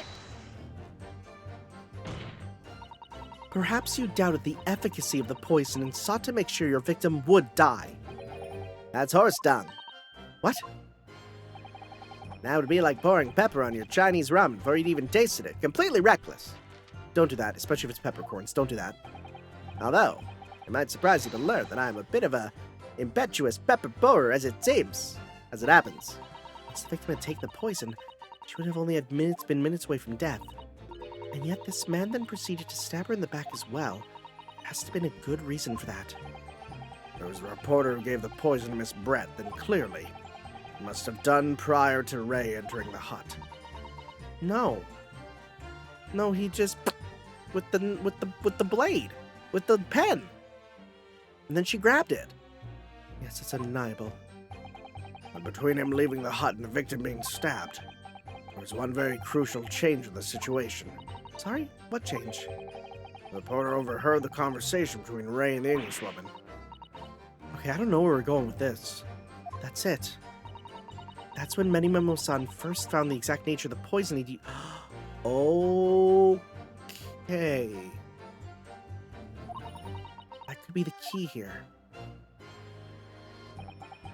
The victim had unwittingly taken the poison already, then the reporter would have no reason to stab her.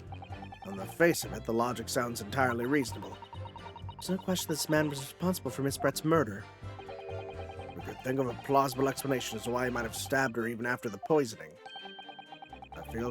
I feel sure that everything would drop into place. That's what we should be looking for.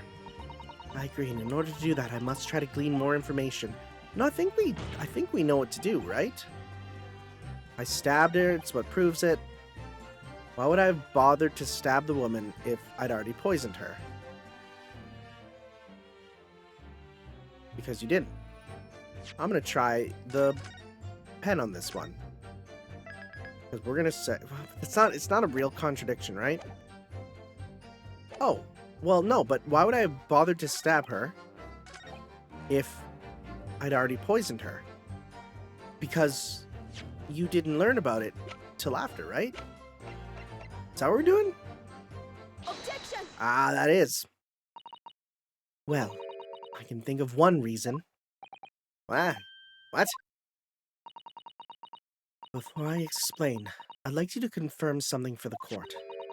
Did you glean all this information for this newspaper article from what you overheard outside the hut? Of course he did. There could be no question of that. After all, when we were in the laboratory together, all we were told is that it was a terrible toxin. And there's one more important fact to consider. According to the witness, Membami-san's verbal attack against the victim began as soon as she entered the hut. In other words, it would have been impossible for her to have slipped the poison into Miss Brett's drink. Yeah, right? Where are you going with this, counsel? Memo-san has made it quite clear that he observed every single thing that happened in the beach hut. If the defendant had somehow found an opportunity, this man would have seen it. Means that Miss Brett couldn't have imbibed the poison while the defendant was present. In fact, it must have been administered to her before Membami-san entered the hut. Yes, very articulately put. When I walked into the hut, I immediately started to press Miss Brett about the poison. At which point, Memo-san overheard worrying information. Worrying information? What worrying information?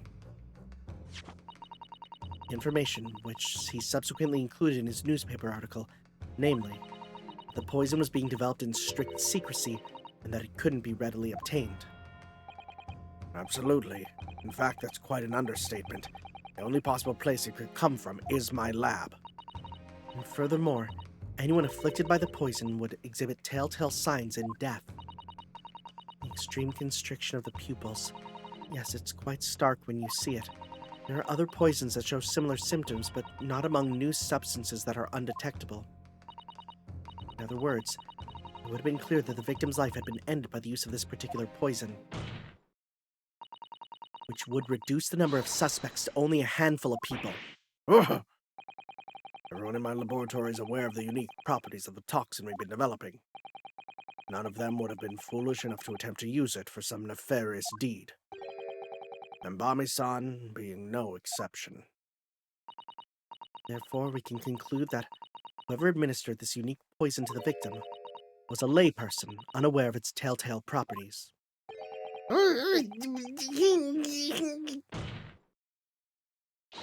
In other words, someone like you, Ryutaro Memo. Hey, whoa, hey, whoa, hey, whoa, hey, whoa. It was you who stole the poison from the laboratory that day, and it was you who administered it to the unwitting victim. But you quickly realized that was a terrible mistake, because the poison caused such unusual symptoms and was so traceable.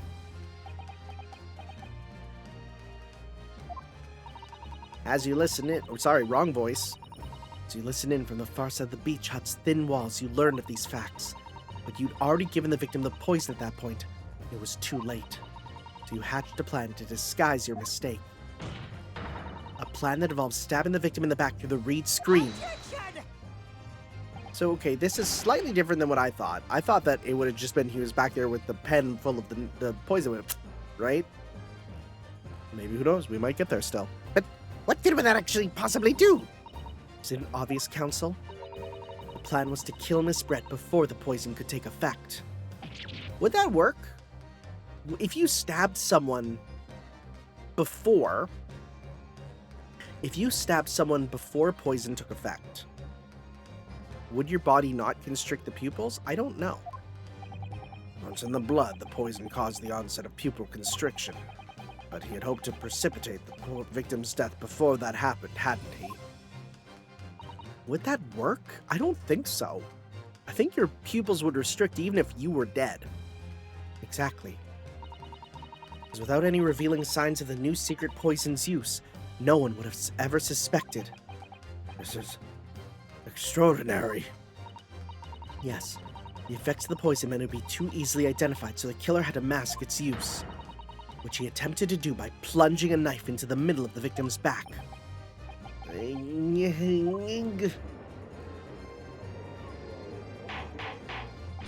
Order! The argument presented is sound. The court is satisfied that it warrants consideration. Does the prosecution have a counter-argument it wishes to put forward? Well, there are a number of, yes, I counter completely. Objection! The prosecution's evasive response clearly shows that in much the same way as he nurtures the remnants of his topknot, he is clinging to lost hope. Ow! Why you gotta bring a man's baldness into it? Let's not go for physical attacks. Lost hope!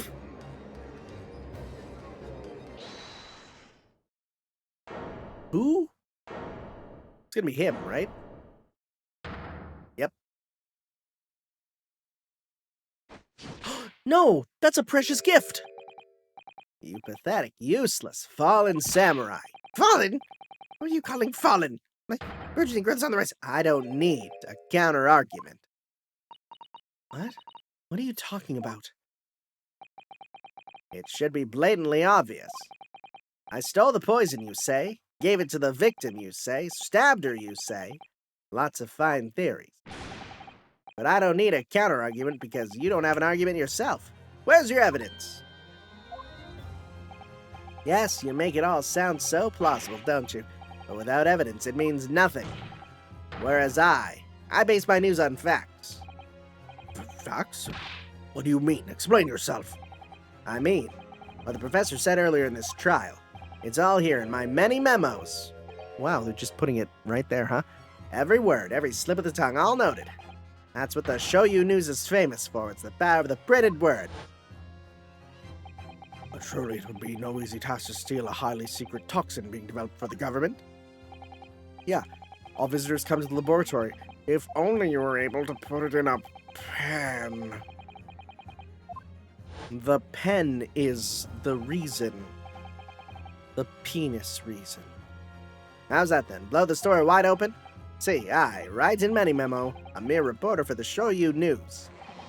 Couldn't possibly have stolen that poison from the professor's laboratory.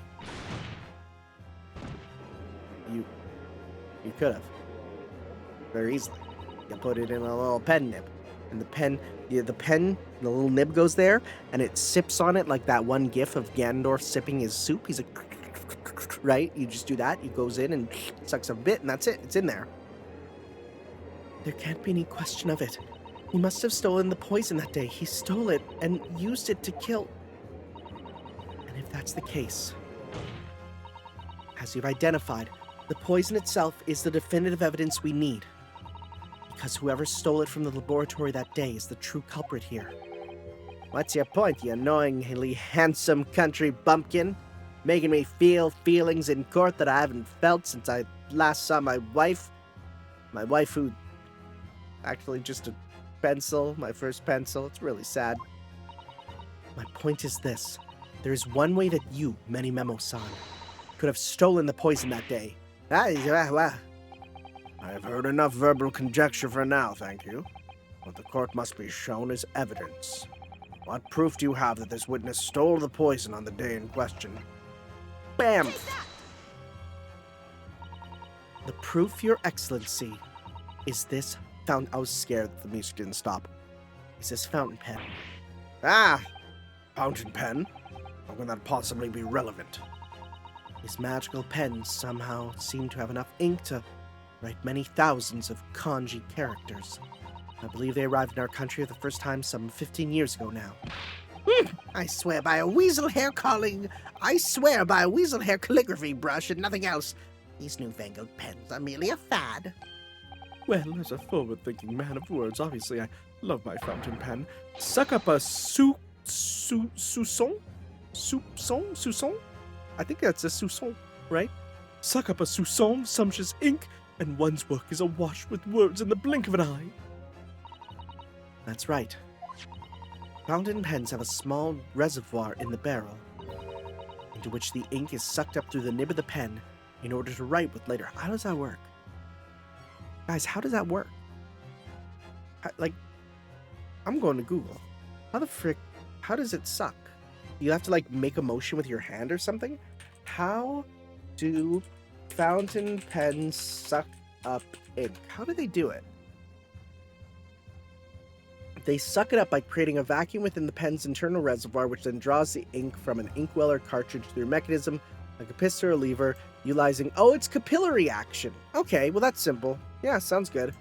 It just goes there and then just capillaries up. Oh yeah, I'm looking at people doing it. It's just, you just pull it up a bit and then the capillary pulls it up. Yeah, okay. Yeah, that's simple. Of course. It's our good friend capillary action. What does all this talk of sucking up ink have? It's just as possible to suck up ink into the reservoir. It's also possible to eject it through the nib again, of course. My word. Can this really be? Well, Many Memo-san, when you saw the deadly poison before your eyes in the laboratory that day, you used your fountain pen, your very lifeblood, to steal some of it, didn't you? By siphoning the poison up through the nib and into the pen's reservoir. You got me. Really? More absurdity! That never happened! Hitting us with that, no you! True, we've heard that there were procedures in place to prevent thefts like this from the laboratory. But would anyone have thought to look inside a fountain pen of all places? No. I'm a little ashamed to say that for fear of offending our guests, such a detailed search would not have been conducted. Well, this is quite startling, I must say. I remind the court that this pen was found in the clutches of the victim when she died. In other words, it was dropped at the scene by Many Memo-san. Okay, so my thought of stabbed the pen in the back, she then grabbed it, was not what happened. I think my story is better, but alright. So the crucial question is, when exactly was the pen dropped? Are you suggesting? The natural conclusion is that in your haste to act, while the victim was distracted for a moment, you dropped the pen after you emptied the poison from it into her glass. There could be any number of alternative explanations. For example, the witness could have been using his pen to write down the details of his conversation with the victim. And when shocked by one of her outrageous answers, the pen fell from his quivering hand. No, that can't be. If it was, how do you explain why the pen was devoid of ink? What? As you can see for yourself if you examine the evidence, there would appear to be no ink present in the reservoir. What newspaper reporter goes to interview someone with nothing in his pen? No, the pen was dropped after the poison that filled its reservoir had been emptied into the victim's glass. Witness, what do you have to say in your defense?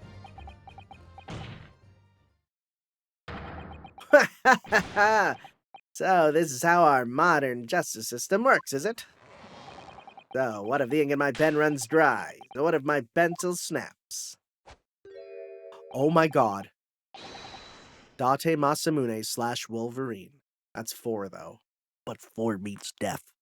I can always claw my way back into the game. I have plenty in reserve. He looks a bit like Wolverine. It's the arm hair. Oh, he's throwing them like Inquisitor swords! I think that's technically assault. You can't do that.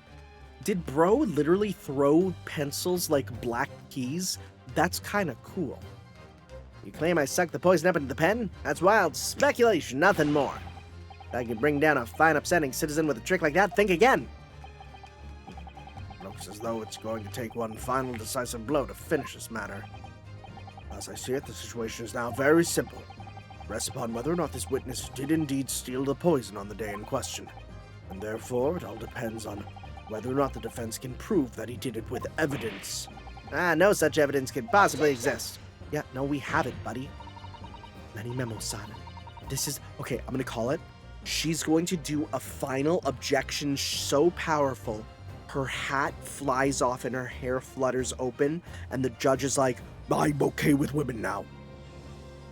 Many Memo-san, this is how our modern justice system works. What?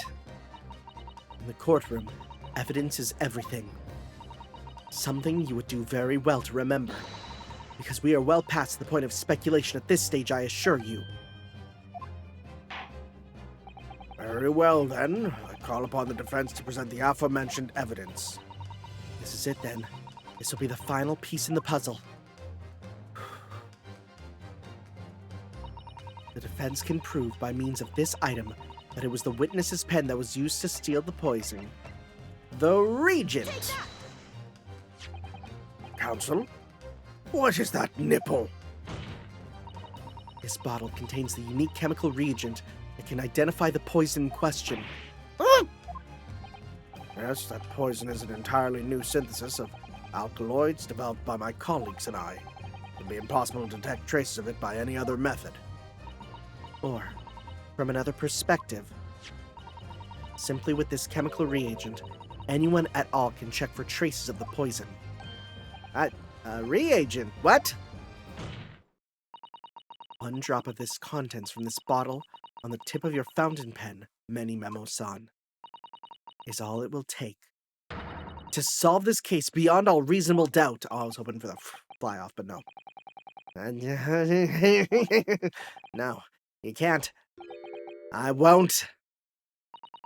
Your crimes are bad enough, but at least know when to admit defeat. Your Excellency, the defense requests permission to carry out the test on the fountain pen at once.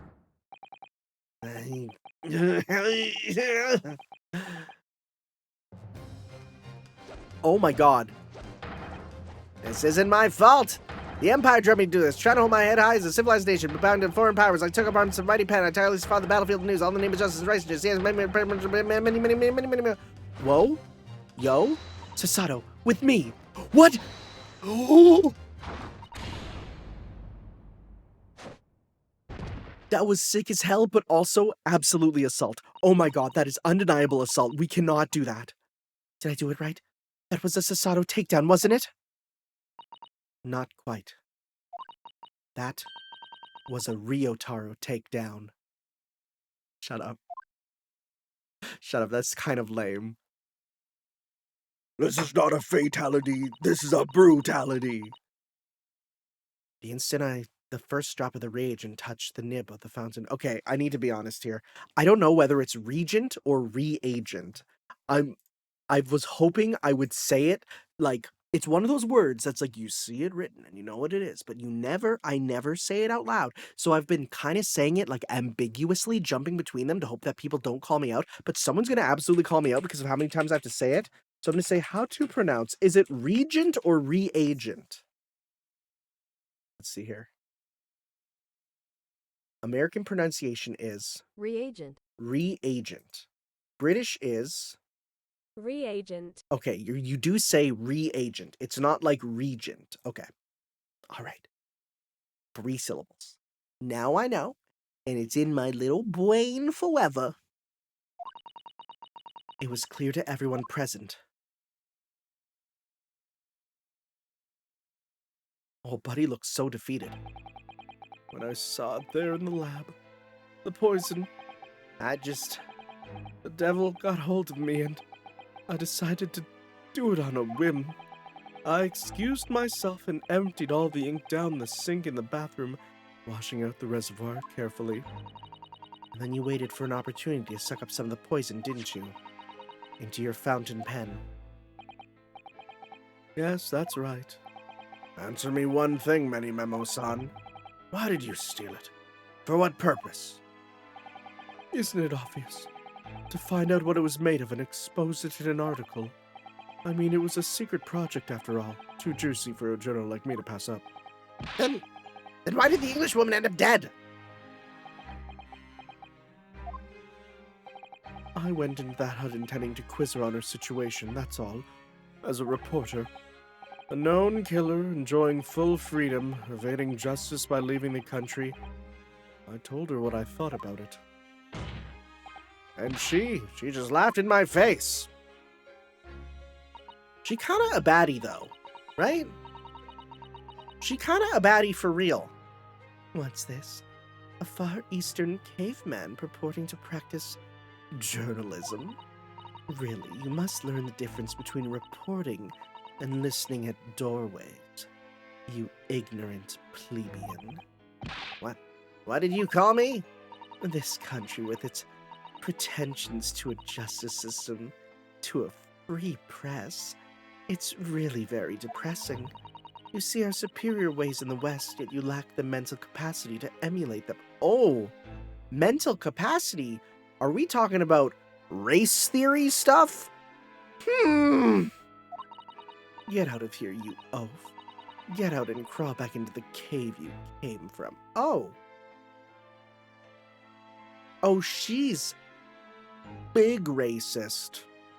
Reminder, apparently the Japanese version is more racist.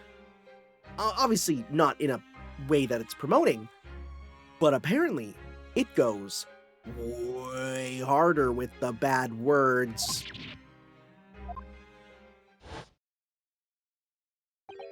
That's when I remembered. What the deadly poison I happened to have in my pen at the time. What a terrible tale. In my head, I knew I should just get out of there as quickly as possible, but I couldn't. I couldn't let her get away with what she'd done. She clearly had no remorse at all.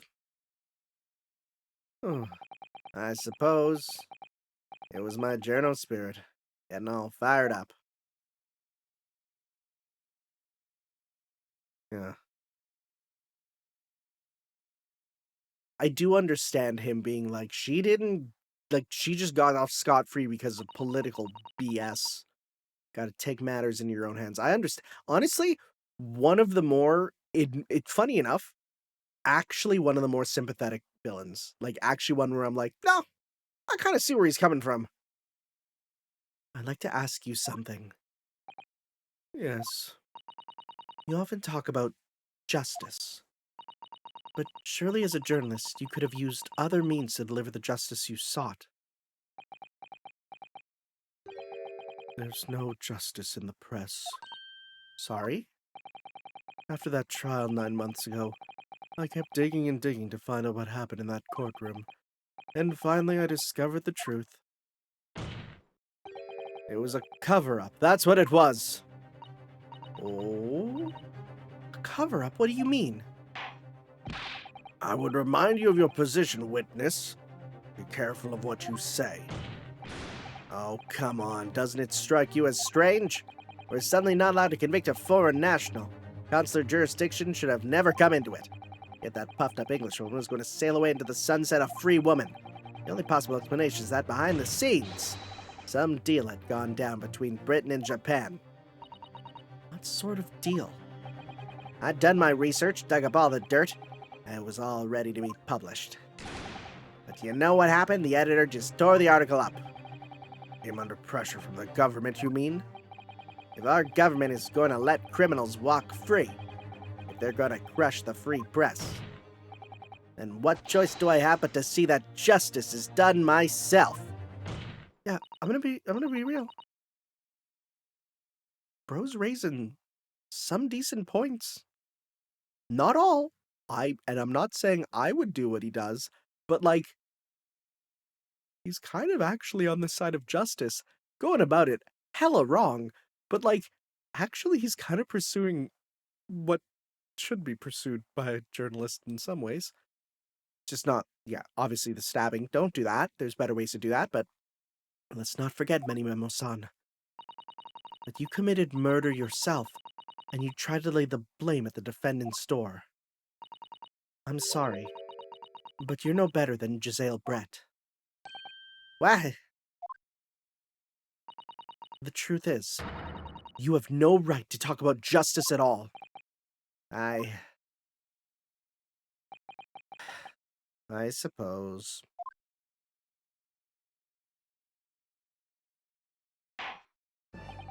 It would appear that we have reached a conclusion in this trial at last.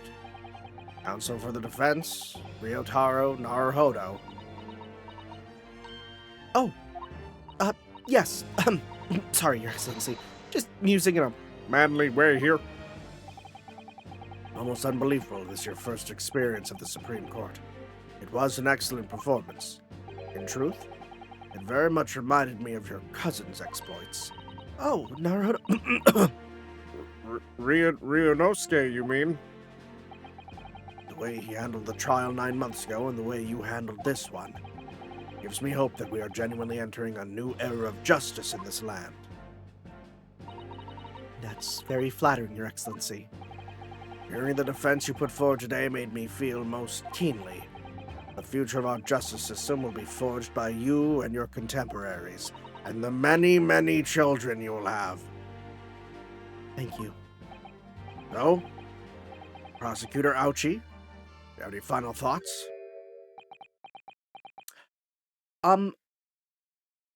You're cutting off. That's what the Yakuza. That's a. Oh no, wait, no.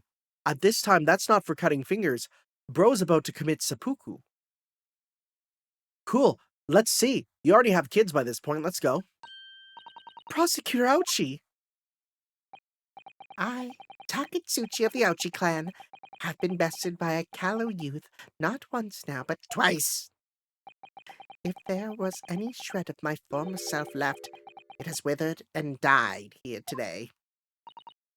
Gosh, your journey to cultural enlightenment sure took a while, didn't it?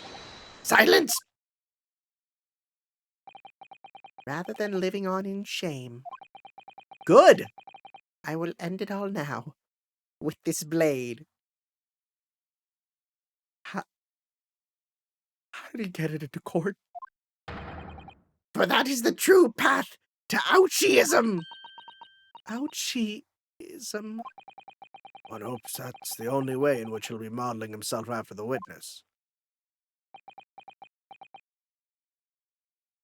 You're not gonna do it. Freaking coward.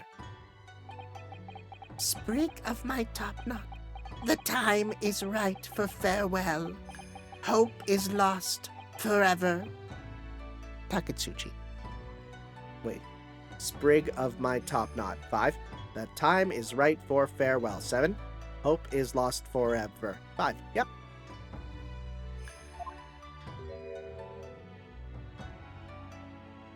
Do it. Oh. Oh. Really?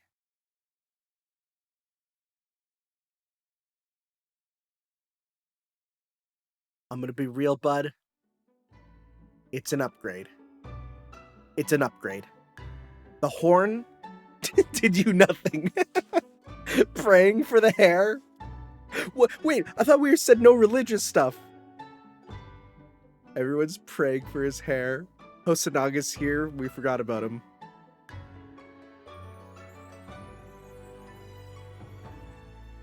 Someone in court's like, I really wanted him to just do it. Like, come on. Now, in regard to the defendant, Rei Mambami-san, Yes, Your Excellency? I've reached my final verdict. I hereby find you not guilty. He's still down. I think he's dead. I think that was a nerve ending. He cut like an exposed nerve ending, and it just, the shock killed him. He's dead. Unfortunately, again, he's had children at this point. They will go all the way down to become the Pain family. It is what it is.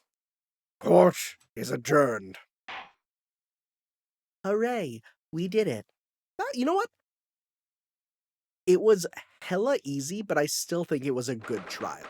It was, I think, the most obvious trial we've ever had. Even, I'd say, this was easier than the very first Ace Attorney trial. Maybe equal, but probably easier. But that said, it was still good. It's over. My heart is still pounding in my chest, though. It's all I can do just to stay standing. Lawyers have such great responsibility, such a great burden to bear. Don't they, Naruhodo-san? Sasato! I didn't know who sang. Thank you so much. You were so dashing in there. Rei and Father. Honestly, I'm so touched by everything you've... Oh no, I think I'm going to cry. It wasn't easy, but together, we made it. I was on the verge of tears at the end, too. The only reason I'm still here is because of you. Oh no, I can't take all the credit. It took the courage to tell the truth in there. You did wonderfully, Rei. So I would have to say that the congratulations belong to you. Susato, don't be so standoffish. Sorry? We're friends, equals, and the trial's over. So no more of this formal super humility nonsense. It's time to celebrate with swagger, to throw caution to the wind. Caution to the... what? I'm the great defense lawyer, Ryutaro Naruhodo, and I'm taking you out to a milk bar tomorrow. Milk bar? Dang. We're gonna get crunk on milk. Or something. Right, I see. I'll, think about it, Ray. At any rate, we really knocked the wind out of that horrid man, and it felt so good! Yes, it was satisfying. It really was. Isn't there anyone else we could throw together? I hope you're not looking at me, Ray. Oh, my goodness. No, of course not. Of course not. There it is at last. Ray's lovely smile. You fought for your friend to the very last. As your father, I'm extremely proud of you. Defense attorney Ryutaro Naruhodo. Thank you, but I couldn't have done it without your help. Anyway, it's time to bid farewell to Ryutaro, I think. I shall miss him in a way, but it's back to Susato Mikotoba now. So, I'll never see him again then? What a terrible shame. Who's yelling? Oh. What is happening? Ah, Soseki-san and Inspector Hosonaga. I do hope you've been keeping well. Is that really you? Yes, I had to change my appearance for, well, obvious reasons, I hope. But it's me. Susato Mikotoba. Don't. He's dying. So dashing, so divine. No! Doubly dashing, yes, and devilishly divine. Just look at you. I had no idea, Mr. Sato-san Esquires, that you were locum student Naruhodo Esquire's cousin. Astonishingly astounding ace attorney. Oh, he said the thing. How's that phrase? Has that phrase ever been said? Has the phrase ace attorney ever been said? Poor Soseki-san, so confused. I still remember the first time I ever met him. He was in a prison cell in London. What an extraordinary conundrum it was that the unwitting student from Japan found himself embroiled in. But after Naruhodo-san's skillful... I think that's a typo. Should be 2 L's, right? Pretty sure. Skillful defense at the Old Bailey, Soseki-san was free to return to Japan. And now he seems to have earned himself a great fame as an author. I'm stunned. That's a truly impressive disguise. Even I had no idea, and I'm a chief inspector of the police bureau. Who came up with Mr. Turtle, no less?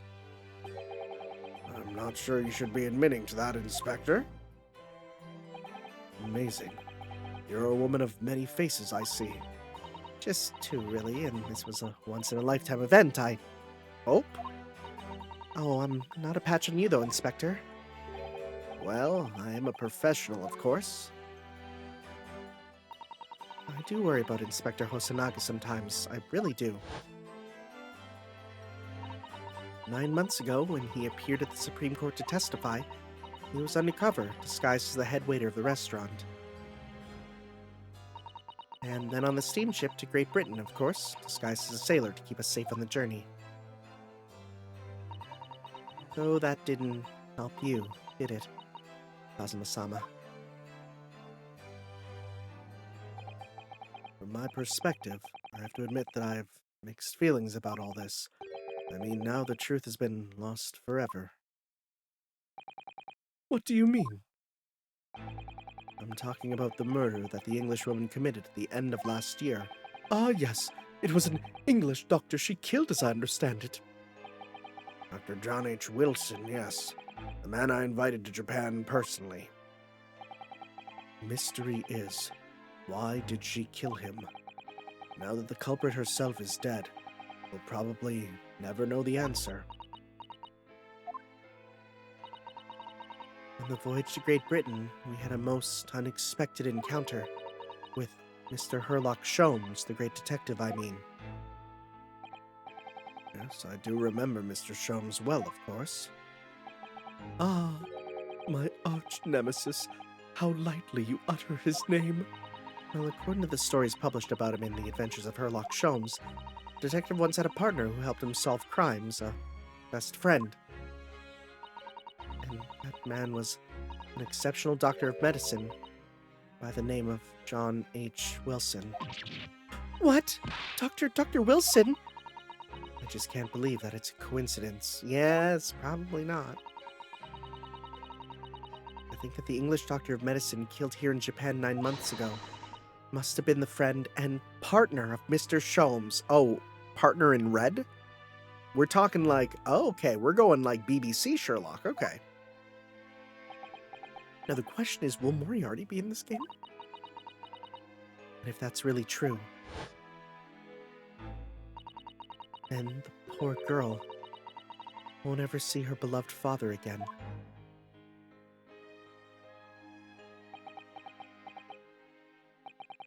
As you know, I traveled to Great Britain once myself to study. It was around the time you were born. Yes, grandmother told me about it. On returning to Japan, I took up my professorship at Imperial Yume University, but also served another role as an advisor to the government on diplomatic affairs. That's new and big. Yes, I was aware of that as well. In that case, I'm sure you understand that some confidential matters I cannot divulge to you. Could you just tell me one thing? Why did you summon me back to Japan? Oh! It's been 2 months now since I returned. When I left England, it was because an urgent telegram had arrived from Japan. It said that you'd collapsed with a high fever and you were growing weaker by the day. Yeah, that's why I thought it was his grave at the start, because I remember it being, oh, is he dying? What? Where did that news come from? That's what I'd like to know, because after that long sea voyage, I found you in fine health, Father. Was there something in Great Britain that you perceived might inconvenience me in some way or harm me? That's really the only explanation I can think of. Dear me, you reserve your most cunning glares for your father, Susato? I'm sorry, my dear, I simply can't. Oh, wait, let me go. Oh! What are you doing here? Many Memo-san. So, one throw wasn't enough for you? I've got one last thing to say before they take me away, Professor. Me? I know the truth. I know you had a hand in what went on in the visiting student's fate. Visiting student? Giselle Brett, you mean? No, not her. The student of law who left for Great Britain 8 months ago. Wait, what? Student of law? He must mean Kazuma-sama. What are you talking about? What does any of this have to do with Kazuma-sama? Nobody here in Japan knows anything about it. They don't know the guy never made it to England, that he died on that steamship, and that he'll never...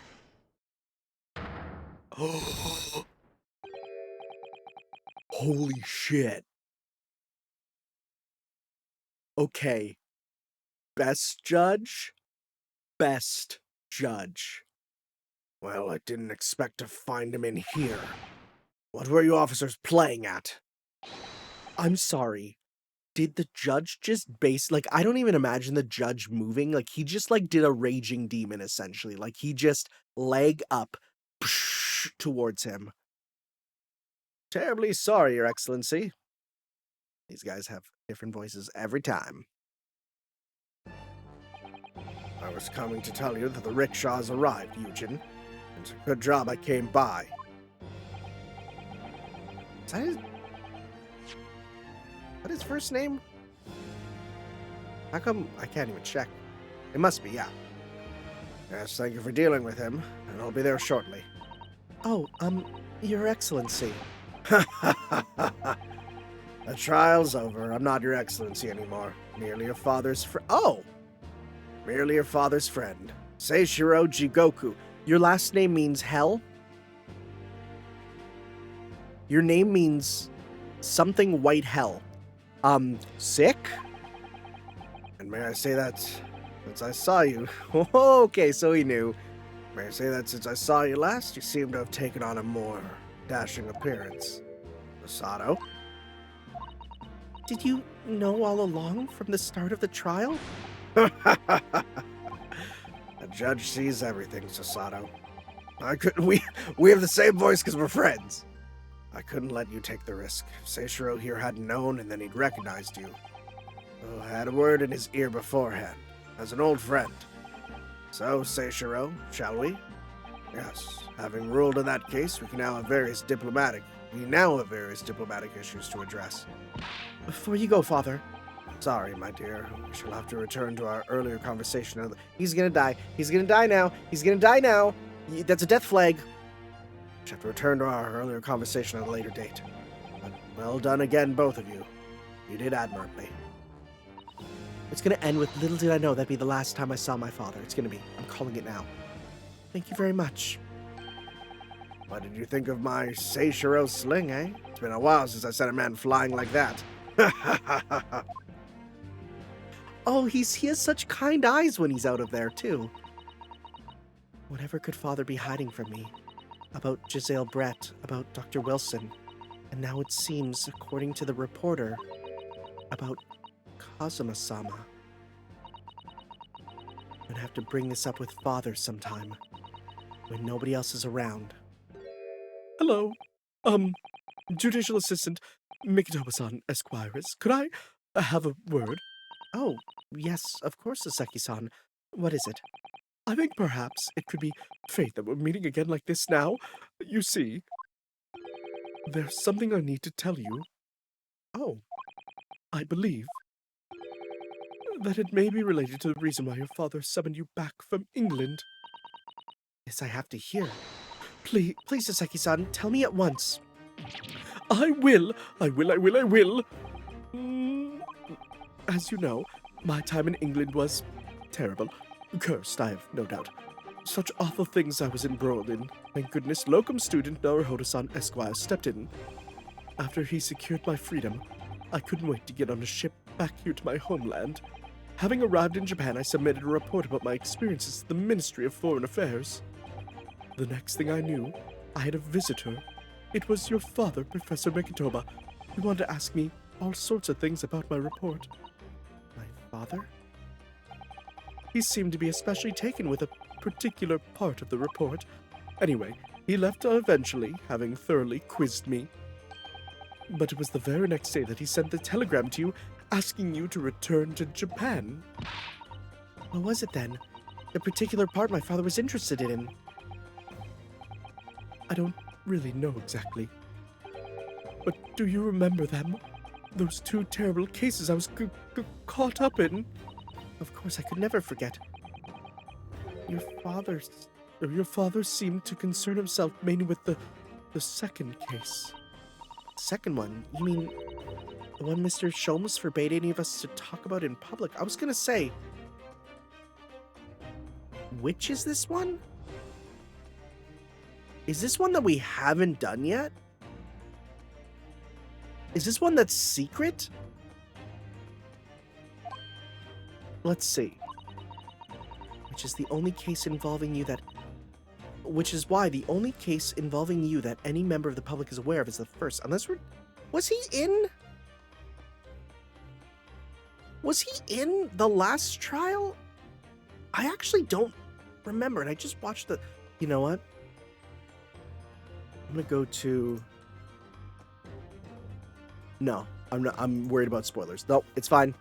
People in the comments will tell me. And I'll probably watch the videos again myself. Well, I don't care. I don't have to listen to what that dastardly detective says. Anyway, the point is, it seems that case somehow holds the key to all these curious unanswered questions. That horrific, hideous, heinous case. The case of the haunted lodgings. That's different. Okay, that's it. Nope, it's a new one. Are we going back now? Back in time? That case somehow caused my father to summon me urgently back to Japan? I thought the whole business was over, but it seems I was wrong. Perhaps that was only the start. Perhaps the story is not yet told. There we go.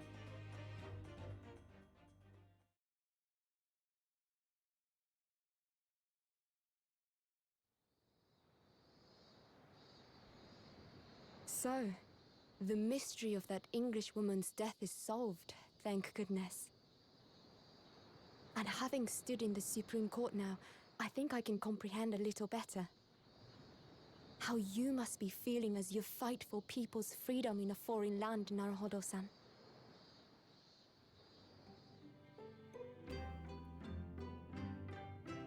But actually, I'm writing to you today because of another matter. I met Soseki-san and we talked about that second case he was involved in. Father has said nothing to me, but I feel certain of it. That case holds the key to some great unsolved mystery. My notes on the case should still be in the office, tucked away at the back of the shelves on the left. Perhaps you might like to look over them again. Is that going to be Today, our next For one? the first time this year, it feels as though summer has arrived. The sky is a brilliant blue. It makes me long to see you again. Yours, Susato. Aww. I like Susato a lot. I like her a lot. You know what? And I had a friend, my boy Beat. He did say he thinks he likes Susato the most out of every partner character, and yeah, I get that. I get that. So I did look it up. Rina Takahashi or Takasaki. Rina Takasaki is the voice of Susato Mikitoba, who's really only done this as well as two characters in Another Eden, which is another game I actually played on this channel. Yeah. All right, though. We have completed another case. We'll be moving on to the memoirs of the Clouded Kokoro. Oh, interesting. Memoirs of the Clouded Kokoro. Huh. That's unique considering... That's really unique considering we've had the adventure of the Clouded Kokoro, right? Which was Soseki's there, right? One thing I will do, it's time for the costumes. We're going to put this on for next time. Because I've been told, now we can put them on. Iris's homemade suit. Yeah, look at him. He's going to look cool. Susato. Iris's homemade dress. That's adorable. And Japanese jumble mix. He's trying his best, but it's also kind of a look. Right? Oh, they all have different symbols. Yeah. The Ace Attorney emblem, the sakura petals, and the gear with a flower. Interesting. All right. All right. I'm excited to continue on, and we'll see you next time for some more great Ace Attorney 2 Resolve. We'll see you then, guys, for some more. Ciao. Yo.